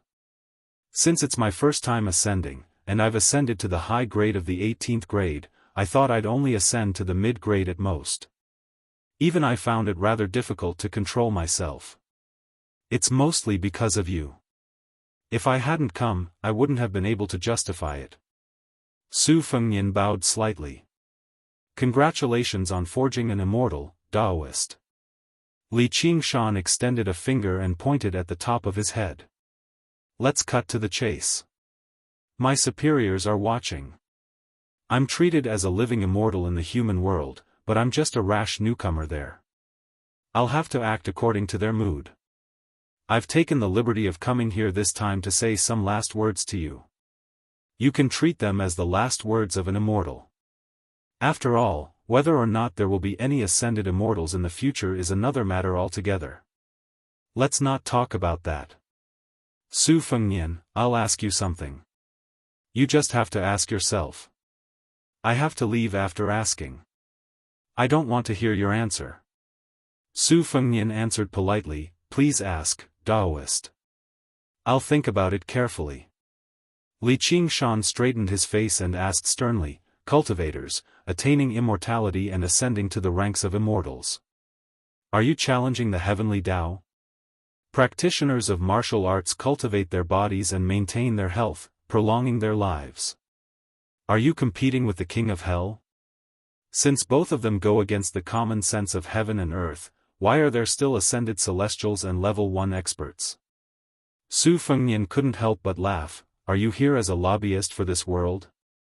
Li Qingshan shook his head. Think about it again. Just when Su Fengnian wanted to say something, Li Qingshan pointed at Su Fengnian's chest before vanishing in a flash.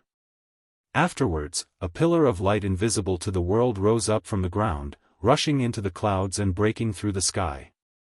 Su Fengnian raised his head to look at the gradually dissipating light beam and the sea of clouds that remained in the sky. He suddenly remembered a kind of cultivation method on Mount Wudong that had been passed down for thousands of years and had been made public to the public. After ascending the mountain to cultivate, one would ask the heaven and earth.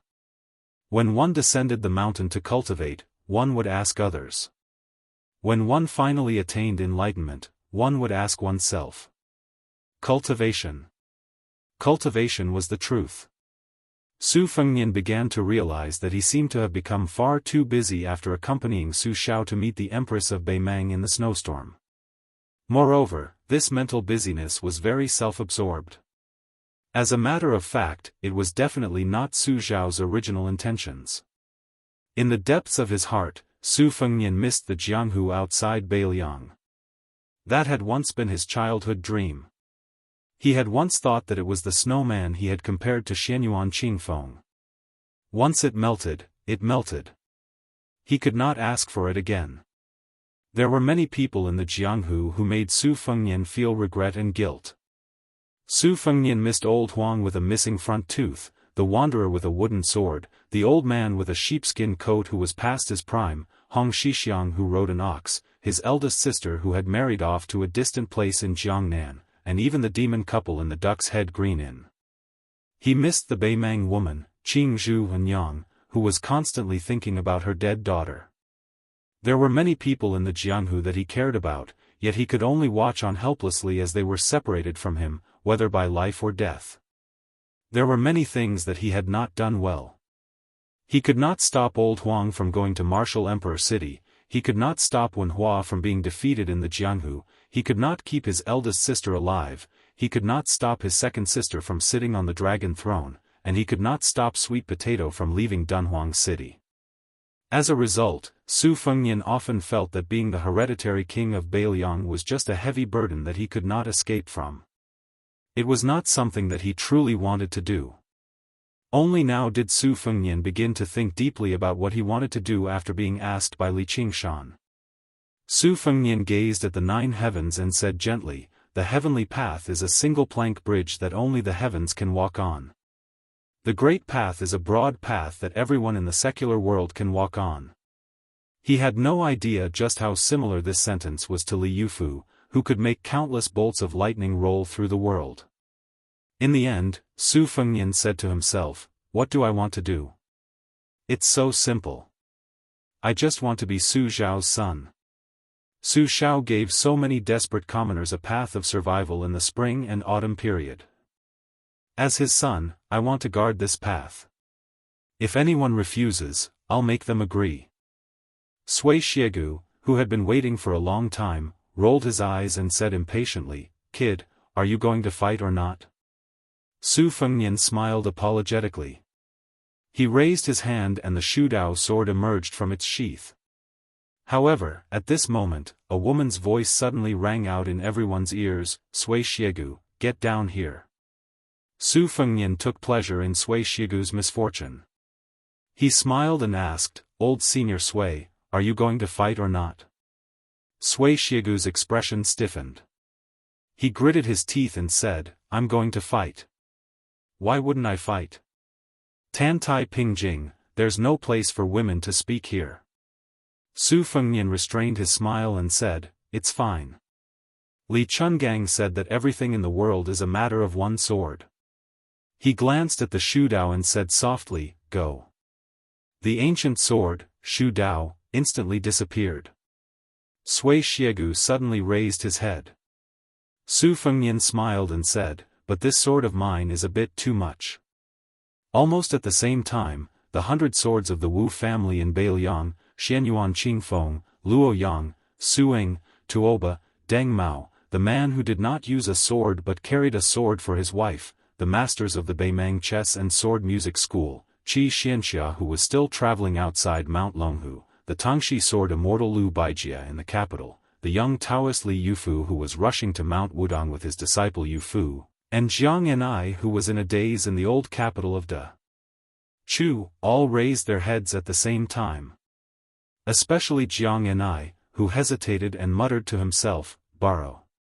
The Wu family's sword tomb, Dongyue's sword pool, and the chess and sword music school were widely recognized as the places with the most swords in Jianghu. All the famous swords in the world flew into the sky to Beiliang. Chapter 1243. This was undoubtedly a marvelous scene. This was a scene that was destined to be passed down in Jianghu for a long time. The Suixia Valley was almost instantly suppressed by tens of thousands of flying swords. Just a moment ago, the spectators outside the pill seed field only felt that there were black clouds covering the sky and the sun. The next moment, those black clouds fell on the human world and filled the entire pill seed field. The number of flying swords that broke through the air was so large that they were tightly packed together. Soon, the Suixia Valley disappeared from everyone's sight. Other than swords, there were more swords. The young king of Beiliang seemed to have used a supernatural power that could move mountains and seas, creating a majestic and magnificent sword mountain out of thin air.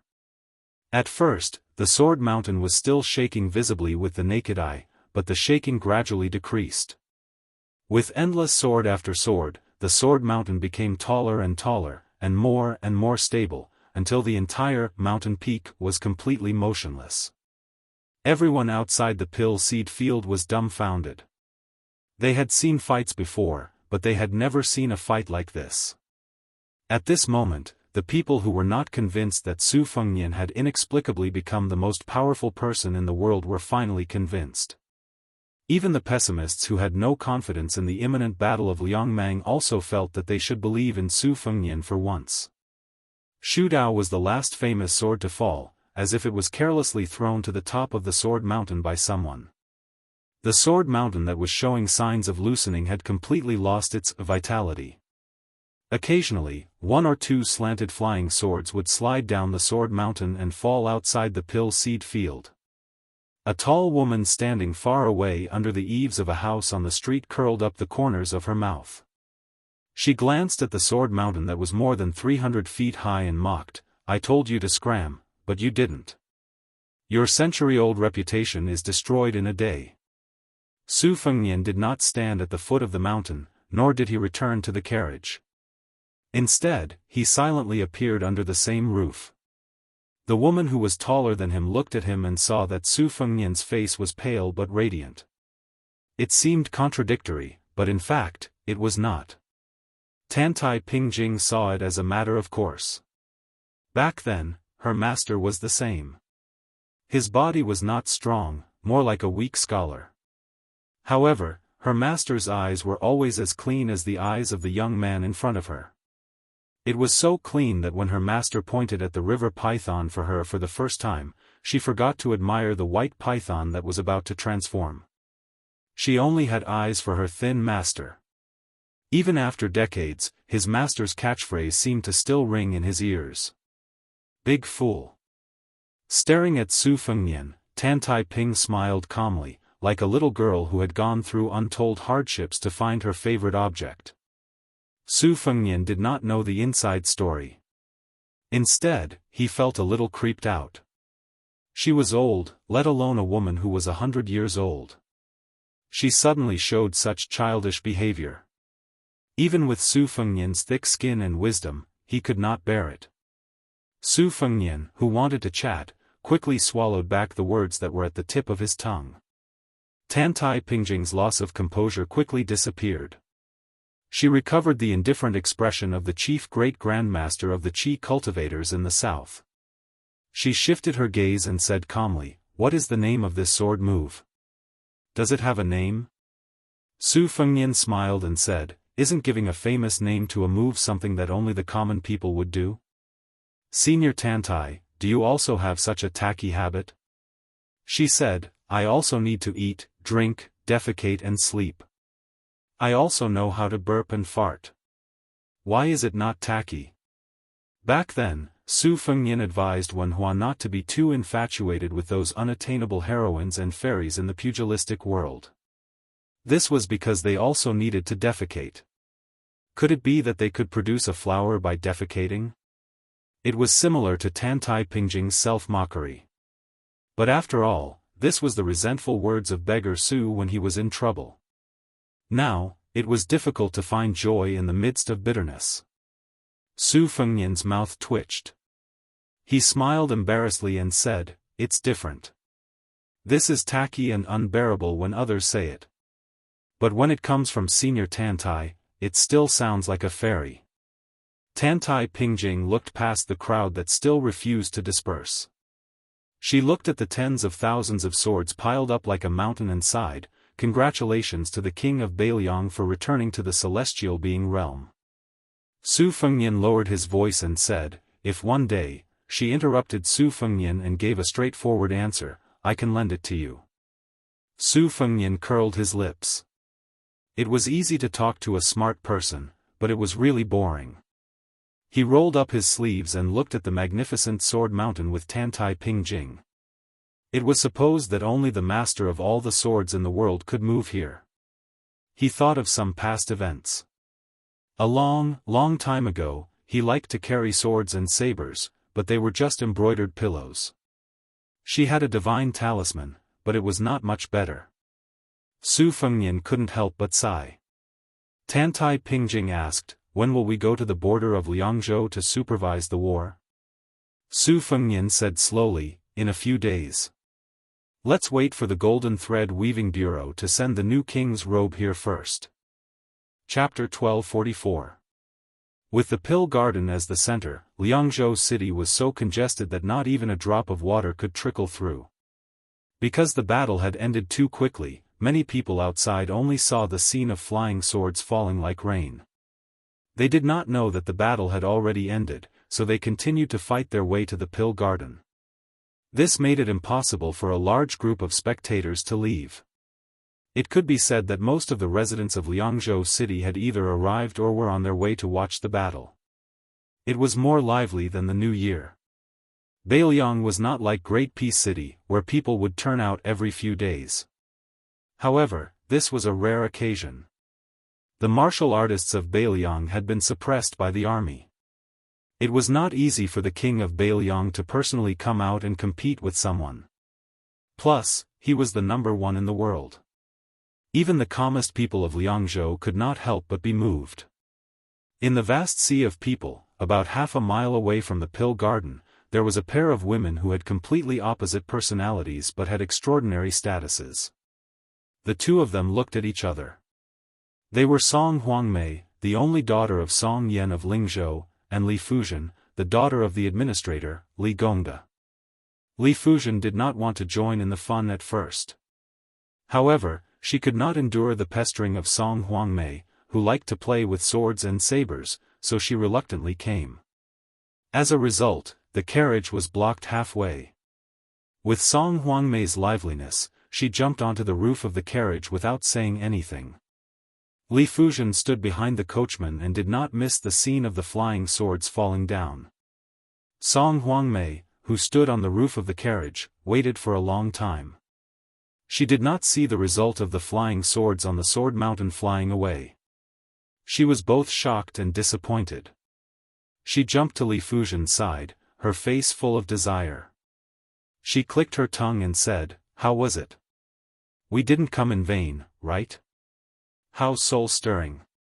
If you didn't come, you would regret it to death." Li Fuzhen's expression was indifferent. Song Huangmei was not surprised. She clenched her fist and slammed it into the palm of her other hand. She said to herself, "No, I have to be that guy's disciple and learn martial arts. Even if I have to serve him tea and water every day, it's not a big deal.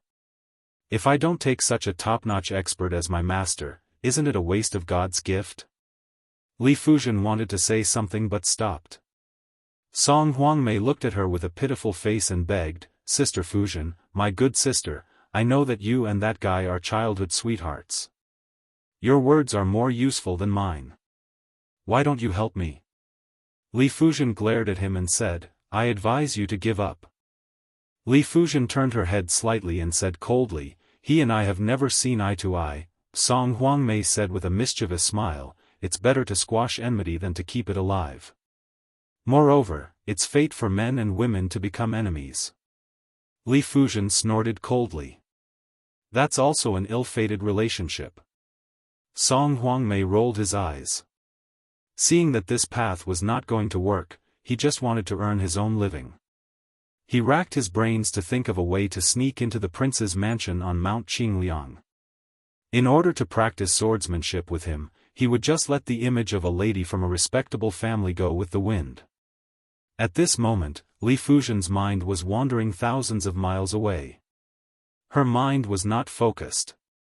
The situation in Beiliang could be said to be changing rapidly. Following Li Gongda's appointment as the deputy administrator, the officials in Beiliang knew that this year might be the last year that Li Gongda would be the top civil official. Furthermore, at that time, the administrator's performance in the military and political changes in Lingzhou was not satisfactory. Although he gave birth to a good son and was still closely related to the Su family, it was a rule since ancient times that a new emperor would bring in new officials. Furthermore, the situation now was not a smooth time for him to become a Taiping official. Sir Li, who had a mediocre reputation, might not be able to keep his position with the million-strong army of Beimang. As a result, the Lingzhou administrator's mansion, which was much less noisy than it had been a few years ago, became more and more deserted. The new and old people in the officialdom all ran over to provincial governor Su Beiji and Song Yan's side to get familiar with each other. Li Fuzhen had never paid much attention to the ups and downs of the officialdom. However, as his father grew older and did not have any younger children to play with, he spent his days at home dealing with flowers, fish, and insects.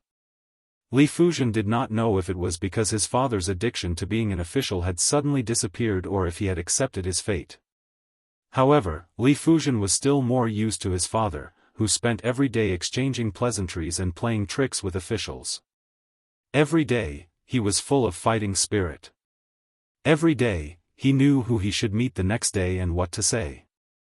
He was not like now, leisurely passing his days and being a rich and idle old man. Li Fuzhen felt an impulse for no reason.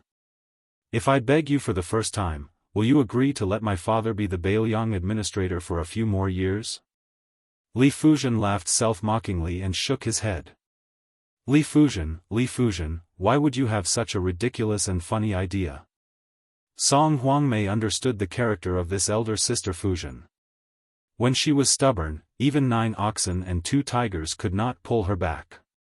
Therefore, he gave up on the idea of asking her to recommend him. Song Huangmei laughed and approached Li Fuzhen. "Elder sister Fuzhen, I have always been very curious. Why did the administrator give you such a strange name? It is even rarer than me. What is Fu? What is Zhen? Li Fuzhen was stunned for a moment. This question really stumped her. She had never thought deeply about her name. She had always thought that perhaps it was the famous Fu and the innocent Zhen. Perhaps her father wanted her to be carefree for the rest of her life. Song Huangmei saw that she was silent and did not bother to get to the bottom of it. He said to himself, I have always heard that the guy once invited Jianghu Great Emperor to come to the Spring God Lake. With one punch, he destroyed the first Grand Master of Mount Longhu invited by the little celestial master Zhao Ningxin. In the past, I thought that there were no immortals in the world. Now, I feel that it is really hard to say.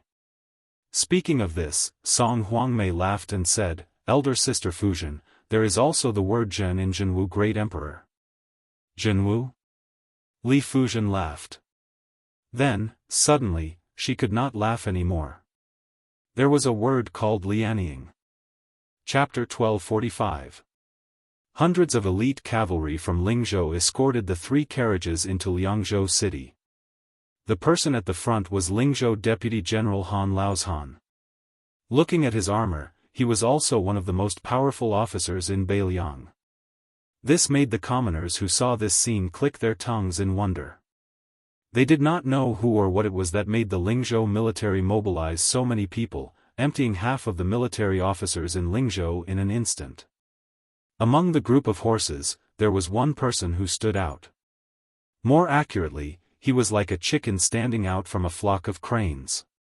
Among the large group of horses, cold swords, armor, and sharp spears, only this person was wearing the uniform of a civil official.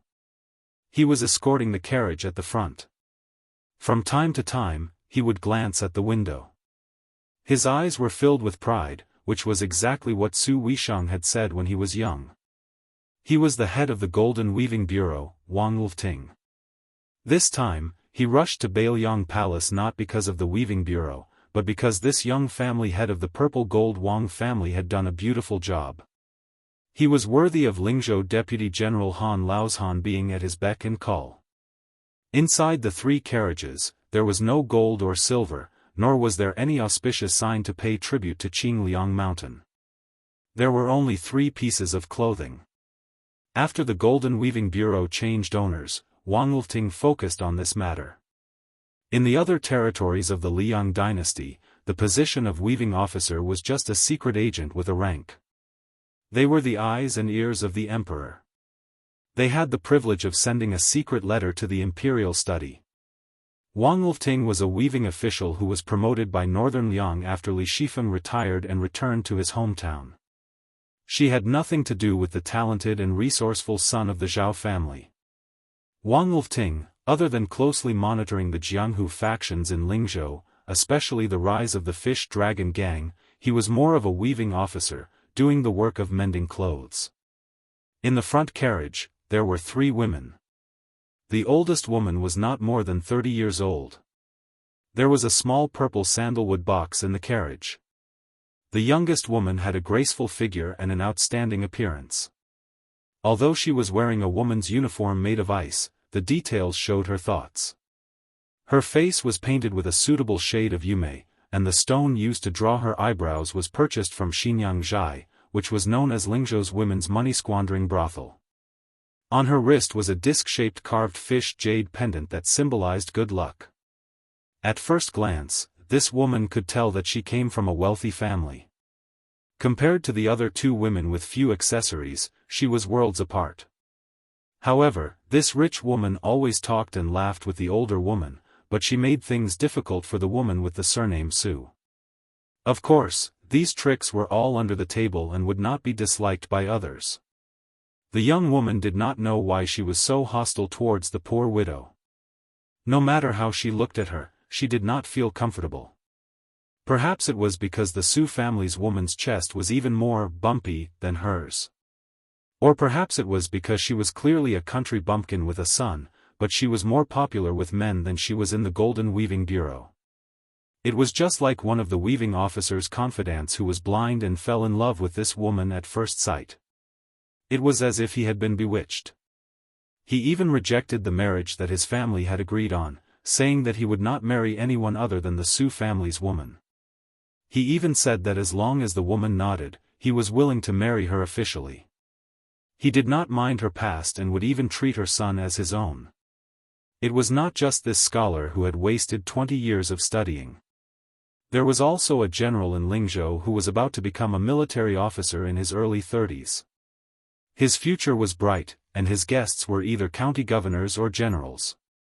What kind of good match could he not find? He was also shocked. This made the young woman in the carriage angry at the injustice of the world. The vixen with the surname Su had a rustic aura. Although her appearance was outstanding, it was not all that stunning. Could it be that she was a spirit that had walked out of the deep mountains and forests? Otherwise, why would all those men go crazy for her? She glanced at the woman who was silently criticizing the vixen Su. Then she smiled at the older woman and said, "Sister Song, when I was young, I heard my father say that he had once gone to Mount Qingliang. At that time, he was going hand in hand with County Governor Lu to participate in our little prince's birthday celebration. My father also said that the general had personally come down from his seat and drank a cup of green ant wine with them." The older woman smiled and agreed, "Zhao, who doesn't know that your father is the god of wealth in Lingzhou? It is a good thing for him to go to the prince's estate. Zhao, your literary talent is good. This time, if you go to Mount Qingliang with official Wang, you might catch the prince's eye and accidentally become one of the popular female scholars in Wutong'an. When that time comes, don't forget about Sister Song." The young woman who was nicknamed Zhao, covered her mouth and smiled, borrowing Sister's auspicious words. The female scholar really does not dare to have extravagant hopes. It would be a great fortune for Zhao, to be that prince's maidservant. The young woman who had left her home to join the weaving bureau, Su Qing, had a faint expression. She did not want to participate in the conversation between the two women beside her. In reality, she still did not know how she had been chosen by the Yuzhou government as a female embroiderer. She had been chosen along with a dozen other women who were clever and skilled in their hands. She had then gone to the rich and fertile Lingzhou, which had the reputation of being a little Jiangnan. She could only explain that she had been in her hometown at Tumbling Horse Pass when she had the time to sew some personal items for the women of the Yuzhou government officials. That was how she had this inexplicable opportunity. In reality, she was not very willing to go to the distant Lingzhou at first. Her son, Yu Song, was still young. Although their family did not have much farmland, it could not be delayed. The countryside had always been like this. If there was less sweat, there would be less harvest. God's eyes were very sharp. However, the village's village chief said that this was a great honor for Zhao village. As long as she went to the Lingzhou Weaving Bureau, not only would the village exempt Yu Song's tuition fees from the private school, they would also ask the neighbors to help take care of her family's crops. Yu Song could even stay with the teacher. This was a great thing. Even so, without any worries, Su Qing still asked Yu Song. The child was sensible. Although he loved his mother, he patted his chest and said it was fine. His mother could go to Lingzhou and he could take care of himself. He also promised that when his mother came back, he would be able to recite the 300,000 by heart. Thinking of her sensible child, Su Qing's heart warmed and the corners of her mouth curled up. Zhao glanced at the woman's smile from the corner of her eyes and felt hatred in her heart. This Su Qing's appearance was just like that, but it was this kind of silent charm that could seduce men. It was not that she did not want to learn, but she could not learn. In the end, she could only resentfully give up.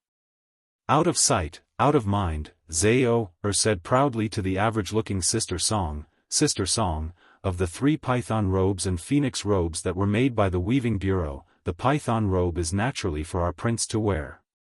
The other 2 should be for the 2 Wangfei. My father once drank and chatted merrily with a head steward of the Lu family. At the beginning of the year, that steward privately said that the young miss of their family might not be able to become the main wife.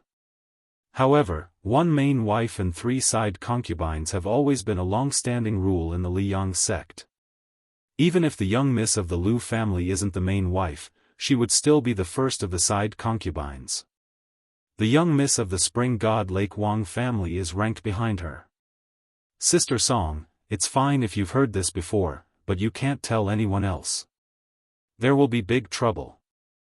The older woman knew that no matter how small the matters of the imperial family were, they were still more important than the monstrous matters of the common people.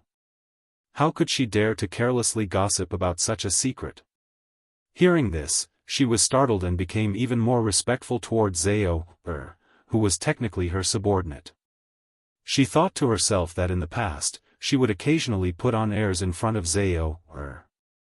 On this trip to the prince's estate, shouldn't she be a little more careful to mend the pen after the sheep were lost? The specifications of the Golden Silk Weaving Bureau were roughly the same as the other major weaving bureaus of the Liyang dynasty. Among the 3 major workshops, other than the silk machine room, the other 2 workshops were exactly the same.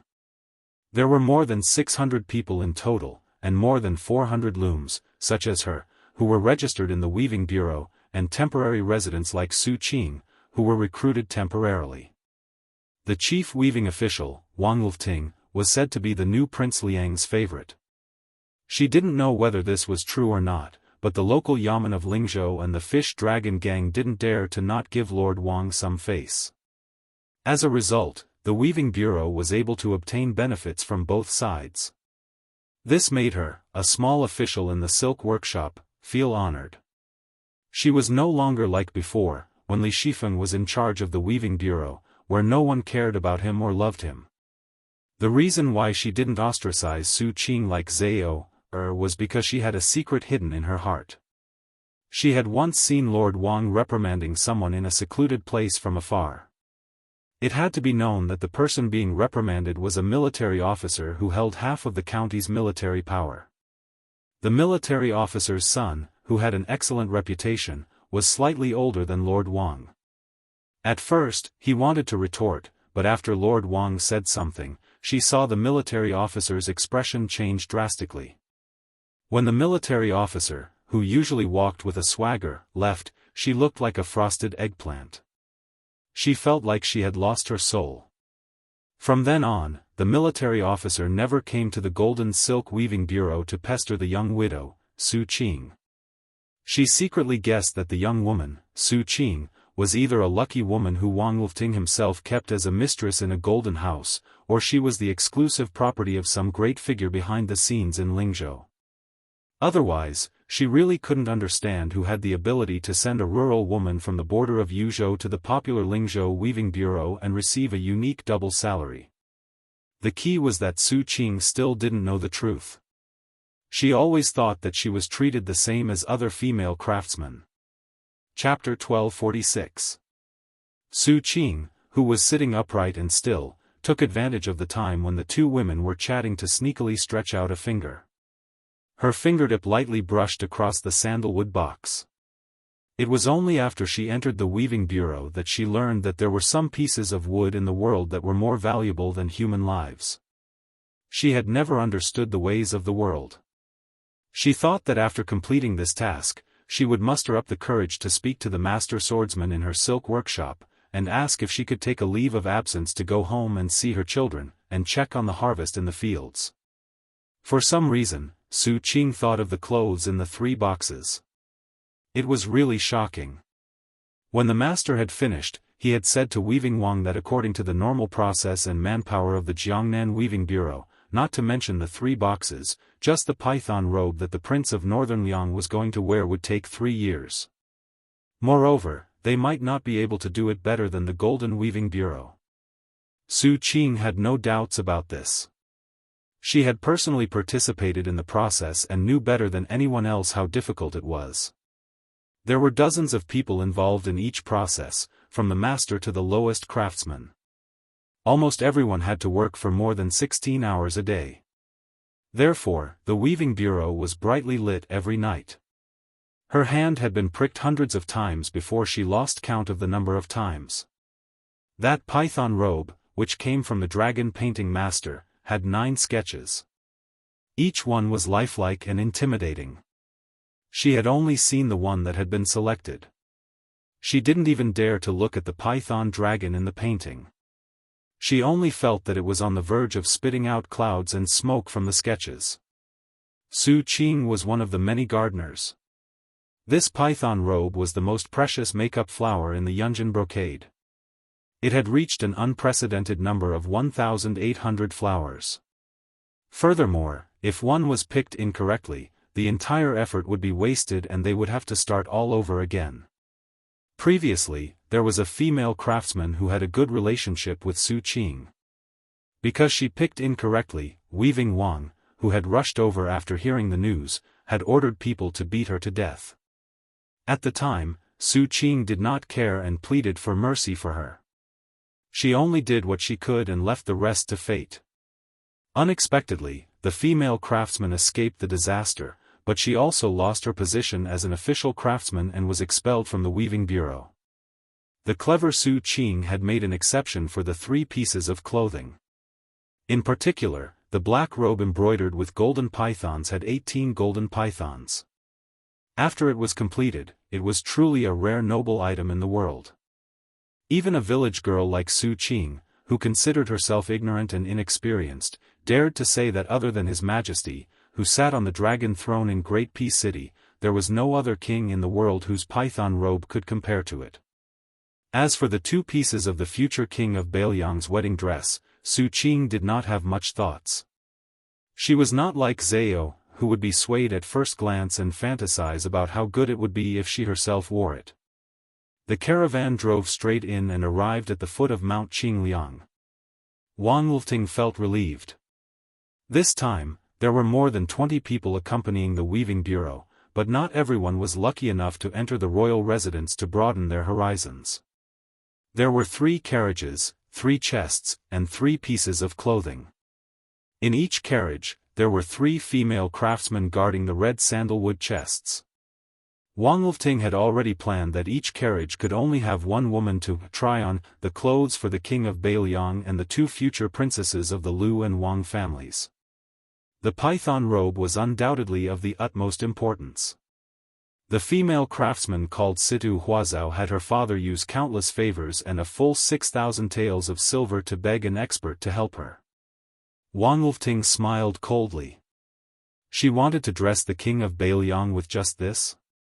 After Wang Lifting dismounted, he called out the names of the 2 carriages that would be responsible for carrying the chests into the residence. The 2 women who were called out were so excited that their eyes immediately filled with tears. Their family backgrounds were clean, their appearances were delicate, and their personalities had always been honest. They were definitely not shrewd women who would do something superfluous. Wang Lifting was very confident in them. Then, on the side of the first carriage, Wang Lifting, the Lord of Weaving, looked meaningfully at the unknown Su Qing. He extended a finger and pointed at her, but did not say anything else. Su Qing was stunned on the spot. She had always thought that Situ Huazhao, the proud daughter of heaven, would be the one to try on the clothes for the young king of Bailiang. She had never thought that it would be her. For a moment, she was at a loss. Wang Lifting frowned. If it had been anyone else, he would have been furious. But since it was her, Wang Lifting was unusually patient. He glanced lightly at Su Qing and stopped to wait for her. The reason for this was because Wang Lifting knew more. This young widow's background was very simple, but the man behind the scenes who had single-handedly sent her into Wang Lifting's territory was someone that even he, the head of the Golden Weavers, could not afford to offend. Yozhou's General Huang Fucheng. This man was truly worthy of being called the king of Bailiang's trusted aide.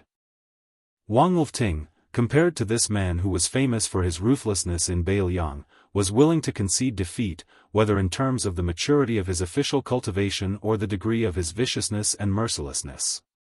Wang Lifting had always thought that the young widow at Tuma Pass in Yanji County was the woman that Huang Fucheng had taken a fancy to.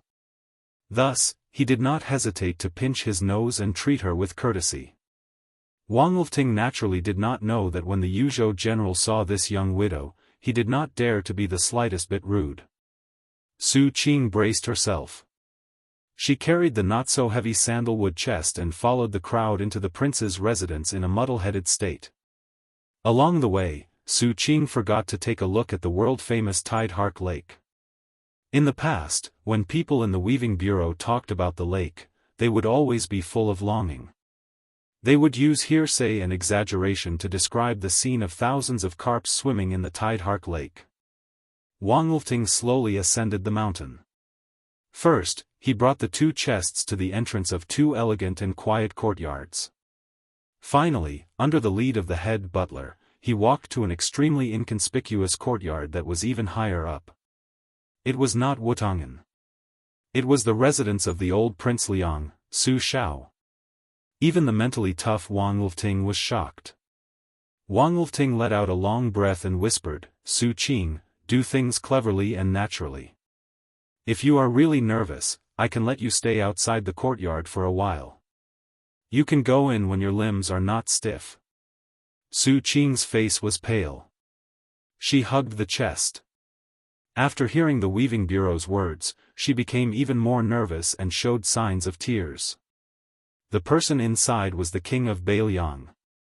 She had never even seen a high-ranking official like the county magistrate in her life. How could she not be nervous? Wang Lifting looked at her uneasiness and felt a little vexed. If she had known earlier, she would have let Situ Huazhao carry the box.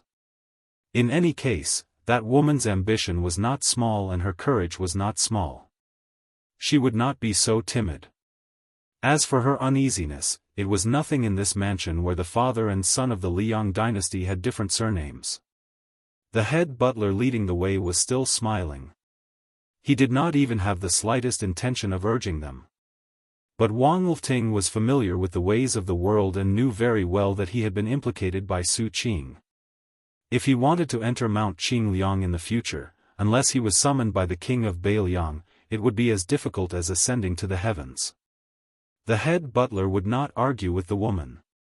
But in the heart of this well-deserved Beiliang bigwig, just as Wang Lifting had expected, he had a bad impression of Wang Lifting's purple gold Wang family and the entire golden weaving bureau.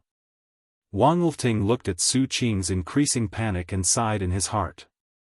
The head butler narrowed his eyes and glanced at the young weaving official, then turned to the woman and smiled warmly. "Miss, it's fine. Our prince is the most easygoing person in the world. Don't worry and go in. It doesn't matter if you do something wrong. Why don't we make a bet? If His Highness speaks harshly to you, when you come out, I will give you 10 taels of silver. If His Highness is really as I said, very easy to talk to, miss, you will have to give me 10 taels of silver. How about it?" Su Qing finally relaxed. She bit her lip and nodded. She was no longer at a loss as to where to put her hands and feet. The head butler smiled and helped push open the courtyard door. He waited for her to step over the threshold before gently closing the door. Then, Su Qing saw the back of a young man standing alone under a loquat tree that was still green in autumn. The loquat tree was lonely. He was also lonely. Su Qing was stunned. She blinked, thinking that her eyes were playing tricks on her. After blinking hard, she still felt that it was inconceivable. Why was his figure so similar to the young master who had passed through Tumbling Horse Pass twice? That person turned around. Su Qing immediately felt relieved. But when she saw his eyes, she was on tenterhooks. Their appearances were not the same person, but their eyes were too similar. Su Qing was completely stunned. She knew that the young vassal king in front of her was destined not to be that person, but at this moment, she thought of that person at an inappropriate time. She really missed him. Little Miss Su Qing knew that she should not be like this, but she was like this. Su Fengnian was also stunned for a moment, but he quickly figured out the reason. It was definitely Huangfu Cheng's superfluous action. But since it had come to this, he did not want to say anything more.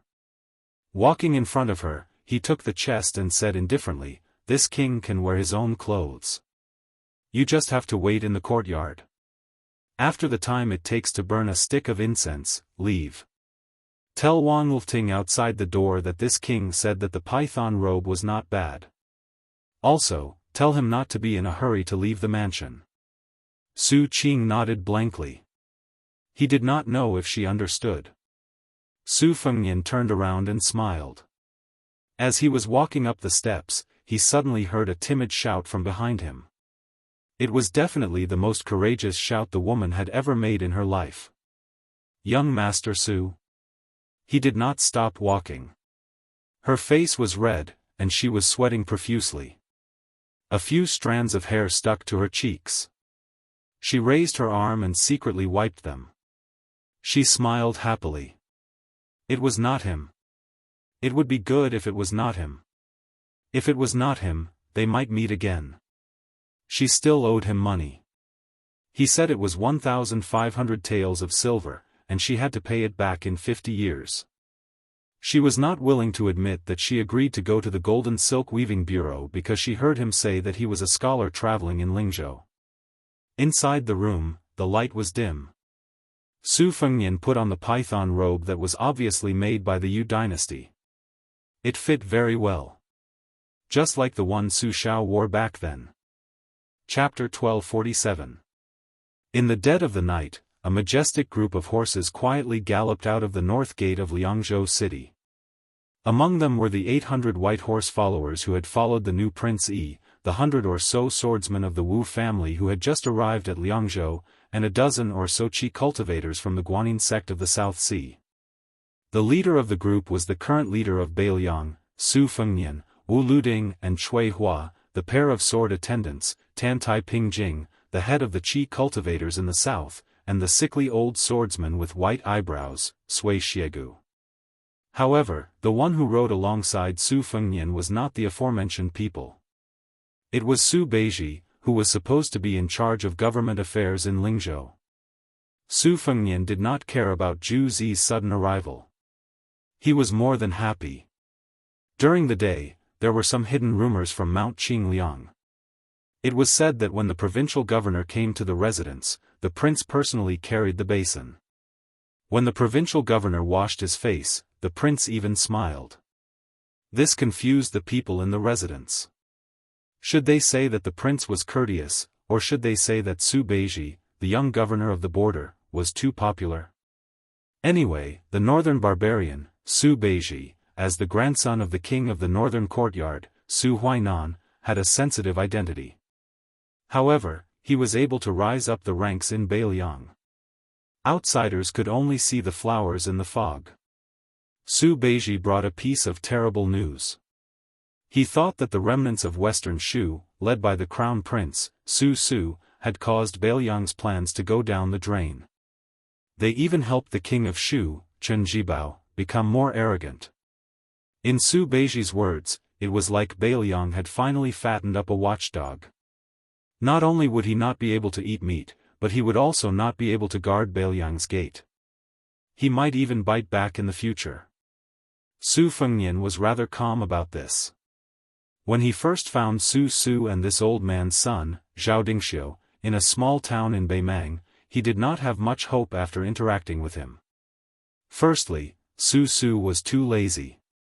If he was in Jianghu, he might do his best. However, if he was asked to go to the temple and scheme, he believed that Su Su would not hesitate if he could quit. Relying on this kid to revive Western Shu was more disappointing than relying on him, His Royal Highness, to carry the flag for Beiliang. It was simply hopeless. Furthermore, Zhao Dingxiu was half an imperial tutor. As long as he could revive his country, it did not matter who helped him. The relationship between Beiliang and Su Fengnian was not enough for Zhao Dingxiu to disregard the big picture and wrestle with Chen Jibao. When all was said and done, the emperor of the Zhao clan had sent Zhao Kai to the western regions with the intention of cutting off the connection between Beiliang and Shuzhou before forming a huge arc encirclement with the three western regions. Unfortunately, he was intercepted by Su Fengnian and failed at the Iron Gate. However, when Chen Zhibao entered Shu and was conferred the title of king, he inherited the strategic plan of the northwest. Although Su Fengnian took advantage of this opportunity to win over the 6th Jewel Master and started to infiltrate the western regions, Chen Zhibao quickly returned the favor and sat in western Shu while looking at southern Zhao. It could be said that both sides won and lost in this battle. However, to Great Peace City, which was watching from the other side, it was a win for them. Without Shu Zhao, which could allow Beiliang to retreat, Beiliang was equivalent to an extended strategic location. Even if the battle was tight, they could only fight to the death until the Su family's accumulated resources in Su Zhao's hands were exhausted. However, if he only wanted to make Su Fengnian angry, Su Beiji wouldn't have personally come to Mount Qingliang. The Lingzhou provincial governor's urgent audience came with a draft regarding the reform of the Beiliang's military. Previously, Su Fengnian listened to Chen Shiliang's suggestion and carried out a series of sweeping and decisive actions to clean up the accumulated abuses in the Beiliang army. A large number of captains and miscellaneous generals who were as numerous as the hairs on an ox were all fired. This made the originally unremarkable position of captains in the 3 provinces of Liang, Yuling, and Lingzhou become a powerful martial arts club that was only second to the 3 generals of a province. Then, he took back a large number of miscellaneous generals who were originally meant for the meritorious officials to retire at home. This shook the foundation of many of the general families in Beiliang. After the older generation of generals withdrew from the border, the titles that they wanted to pass down to their descendants as family heirlooms were swept into the trash basket of history. Most of the family's descendants had never personally accomplished anything. This created an invisible gap, because the firewood for a family's torch was taken away. Su Beiji said that in times of peace, whether Mount Qingliang robbed the rich to help the poor or even killed the goose that laid the golden eggs, it wouldn't affect the Su family's position in Beiliang. However, right now, they were at a critical juncture where Beimang's million-strong army was pressing down on the border. Whether or not the general families were willing to contribute, they had to fight for it. After leaving Liangzhou, Su Fengnian didn't interrupt from beginning to end. It was always Su Beiji who spoke tirelessly about the pros and cons. Su Fengnian wasn't someone who couldn't listen to opinions, but he was indeed a bit troubled. To be more precise, he had difficulties that he couldn't speak of. If it had been anyone else who brought up this matter, Su Fengnian would have accepted it without hesitation. However, since it was Su Beiji who brought it up, Su Fengnian had to think carefully. Su Beiji didn't mind Su Fengnian's silence. He continued to talk about the general framework of Beiliang's army in his mind. The border army doesn't need to draw legs on a snake. Just follow the old rules and do things. The local officers, both old and new, are also clear about their duties. However, right now, Beiliang needs more people who are willing to fight on the battlefield. In the Battle of Liangmang, Beiliang was slightly better than Beimang in terms of leading soldiers. In terms of bravery, Beiliang had the upper hand. However, the more this is the case, the more we can't lose too much to Beiliang in terms of tenacity. Our Beiliang can't win 10 battles or dozens of battles only to lose everything because of one big battle. Chapter 1248. Su Beiji's eyes were resolute as he said in a low voice, Beiliang's foundation is not strong enough to begin with. Now, the general families who have no hope of defending their positions are rushing to leave Beiliang.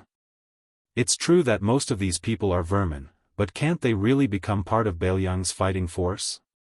The battle between countries has always been about who can endure more and who can take more hits. According to my plan, Beiliang will have the titles of 3 great military generals. These 12 titles are destined to be given to the outstanding people of the border army who have made great contributions in battle. However, there will be 12 ranks of military generals in the ranks of colonel, and cavalry. There will also be 2 great civil generals. These titles will be tailor-made for the wavering spectators, for the general families who are willing to contribute money and effort, and for the scholars who are willing to come up with ideas. Of course, you have to ensure that these titles are recognized by the Liang imperial court. If possible, you have to ask the Great Peace City's Ministry of War for an edict to announce to the world. You have to ask the Zhao family's emperor and the Ministry of War and Ministry of Personnel not only to recognize the various ranks of Bailiang, but also to promise that any Bailiang official who wishes to leave the country can be demoted by 1 or 2 ranks. They cannot use any excuse to refuse. Su Fengnian laughed bitterly and said, Zhu Zi, do you really think that the Great Peace City's Ministry of War is a small courtyard in my house? Although my relationship with Liu Baijia is not bad, I'm sure that sword Immortal Tang Shi will fall to the ground when she receives the edict. Right now, in order to suppress the local powers, even old generals like Yan Zhenchuan and Yang Shenxing can be sent to their deaths. How can they slap their own mouths? When the time comes, they will take care of Bailiang. If Gu Jiantang wants to demand an exorbitant price, do you think the Ministry of War and the person on the dragon throne will agree? Su Beiji shook his head decisively and said, it's not the same. The Zhao family can't even fend for themselves. Right now, they're relying on Bailiang to fight to the death with Beimang. If we submit this report, we'll have a 50% chance of success. Su Fengnian also shook his head and sighed. It's not that we can't send the memorial, but you have to know that last time, we relied on Song Dongming's suggestion that Bailiang send troops to pacify the Guangling Path, and the imperial court had already reluctantly sent over the grain. I don't think it's going to happen this time. Su Beiji loosened his grip on the reins and rubbed his hands. He said softly, the memorial isn't going to be sent to the Ministry of War right now. Let's see when Chao Chongqing will be able to beat up the imperial court. Su Fengnian nodded and suddenly asked, do you know what I'm thinking? Su Beiji turned to look at him and asked calmly, are you afraid that Chen Shiliang and I are like fire and water? Both of us think that a mountain can't accommodate 2 tigers. Su Fengnian let out a sigh of relief and said jokingly, it's good that you know what you're doing. The 2 of you are both my friends and my master's precious unpolished jade. If either of you is gone, I'll die of heartache.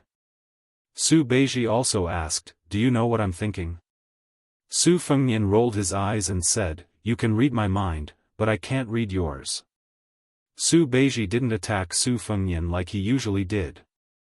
Instead, he said, I think that once Liang Mang starts the war, we have to find a reason to not give Gu Jiantang the opportunity to sit on the mountain and watch the tigers fight on the eastern front. Su Fengnian froze and said, not only does this touch Yuan Benqi's bottom line, I'm afraid that even Zhang Jiulu and Qi Yanglong won't agree. Su Beiji said calmly, even Wang Xianji will lose. There shouldn't be anyone in the world who can win every battle. Su Fengnian was speechless. This was probably the biggest difference between Su Beiji and Chen Shiliang. When Chen Shiliang did things, he always liked to start from the smallest details. Very rarely did he make a move that gave off the feeling of being bold and bold. But Su Beiji was different. He seemed to have a higher vantage point and was more insightful. But there was no difference between the 2. At least that was the case for now. Su Beiji smiled for no reason. Su Fengnian looked at this guy in confusion. Under the moonlight, Su Beiji looked to the north and said softly with a smile, when I was young, I always wanted to go south with my grandfather and fight Bailiang. I didn't expect it to be the other way around. Su Fengnian asked curiously, you really don't have anyone in Norland that you care about? For example, do you have a girl you grew up with? Are there any good men who share the same interests? Are there any bastards who you want to ride on top of his head to vent your anger? Su Beiji's face was calm as she replied softly, no. A plan could be worth a city, and a few words could set the foundation of a country. Su Fengnian was waiting to see who would become the first strategist in Bailiang to be worthy of such a title. At this time, one of the 100 swords of the Wu family sped up and passed by Wu Luding and the female sword attendant. He came to Su Fengnian's side and cupped his fists. He said loudly, I am Xie Chenggan, from a fallen country. If I may be so bold as to ask, would your highness be willing to spar with me when you are free? Su Fengnian smiled and said, is it for yourself or for Western Shu? Xie Chenggan, who had once lost to the sword emperor of Western Shu by half a sword, said honestly, both. Su Fengnian pulled on the reins of his horse and rubbed salt on the wound of an old swordsman. He said lazily, Senior Sui, someone wants to spar with me. Shouldn't they ask you first? It was indeed Su Fengnian's latest defeated opponent, Sui Xiegu. He was so angry that his white eyebrows fluttered. He snorted coldly but did not refuse. The haggard Xie Chenggan said calmly, I know that I am not your highness's opponent, but if I don't use this sword in my life, my conscience will not be at ease. Shui Hua, who was resting with her eyes closed, asked coldly, Xie Chenggan, after entering the tomb, do you have any sword of your own, to speak of? Xie Banjian's expression suddenly dimmed. He wanted to speak but stopped. Wu Luding laughed and said, It's fine, it's fine. Since we have left that lifeless place, we don't have to pay too much attention to those rules and regulations. Grandfather Xie said it was a spar, not a life and death battle. I believe that the king of Bailiang is magnanimous. If we don't fight when we are in an invincible position, it would be unreasonable. That's right. Su Fengnian turned his head and looked at the sword crown of the Wu family who he had never dealt with. Alright, let's spar too. Wu Luding snorted and said angrily, afraid of you. You pick the place, I pick the time. Su Fengnian said, right here. Wu Luding said shamelessly, 100 years later. Most of the Wu family's swordsmen had strange expressions on their faces. To have such a young master as their leader was really a disgrace. A middle-aged swordsman also sped up his horse and asked with a smile, I heard that the king of Bailiang started practicing with the blade? Su Fengnian asked with a smile, what, you, Zhang Wantai, lost to Gu Jiantang in the peak battle in front of the Wu family's sword tomb, and now you want to get back at me, who also practices the blade? Zhang Wantai was also honest. He nodded and said, I think so, but it is as difficult as ascending to the heavens. The beautiful swordsman Wu Luding called Auntie Nalan did not go up to join in the fun, but cleared her throat and asked with a laugh, Wang Yi, I will not seek humiliation by competing with you. I just want to ask a small question. Wang Yi, you are so handsome. If I were 10 or 20 years younger, would we be able to live together? Su Fengnian turned his head and said with a smile, Sister, how about you be the wet nurse for my children in the future? The woman's chest rose and fell with the movement of the horse's back. Her aura was turbulent. After hearing this, she didn't get angry. Instead, she teased, if I had known earlier, would have gone to find Princess Consort and shamelessly claimed her as my sister. Perhaps Prince Yi would have been able to call me that now. Su Fengnian said helplessly, fortunately, you did not claim my mother as your sister 20 years ago. The sword maniac Helian, the sword monk Chui Meigong, and the oldest swordsman of the Wu family's sword tomb all smiled. After a wave of laughter, Su Fengnian said, you are all famous grandmasters of the sword. If you want to compete with me, then forget it. I will not agree. On this trip, Su Fengnian only had a cold blade at his waist. His fingers rubbed the hilt of the blade at his waist. He raised his head to look at the sky and smiled.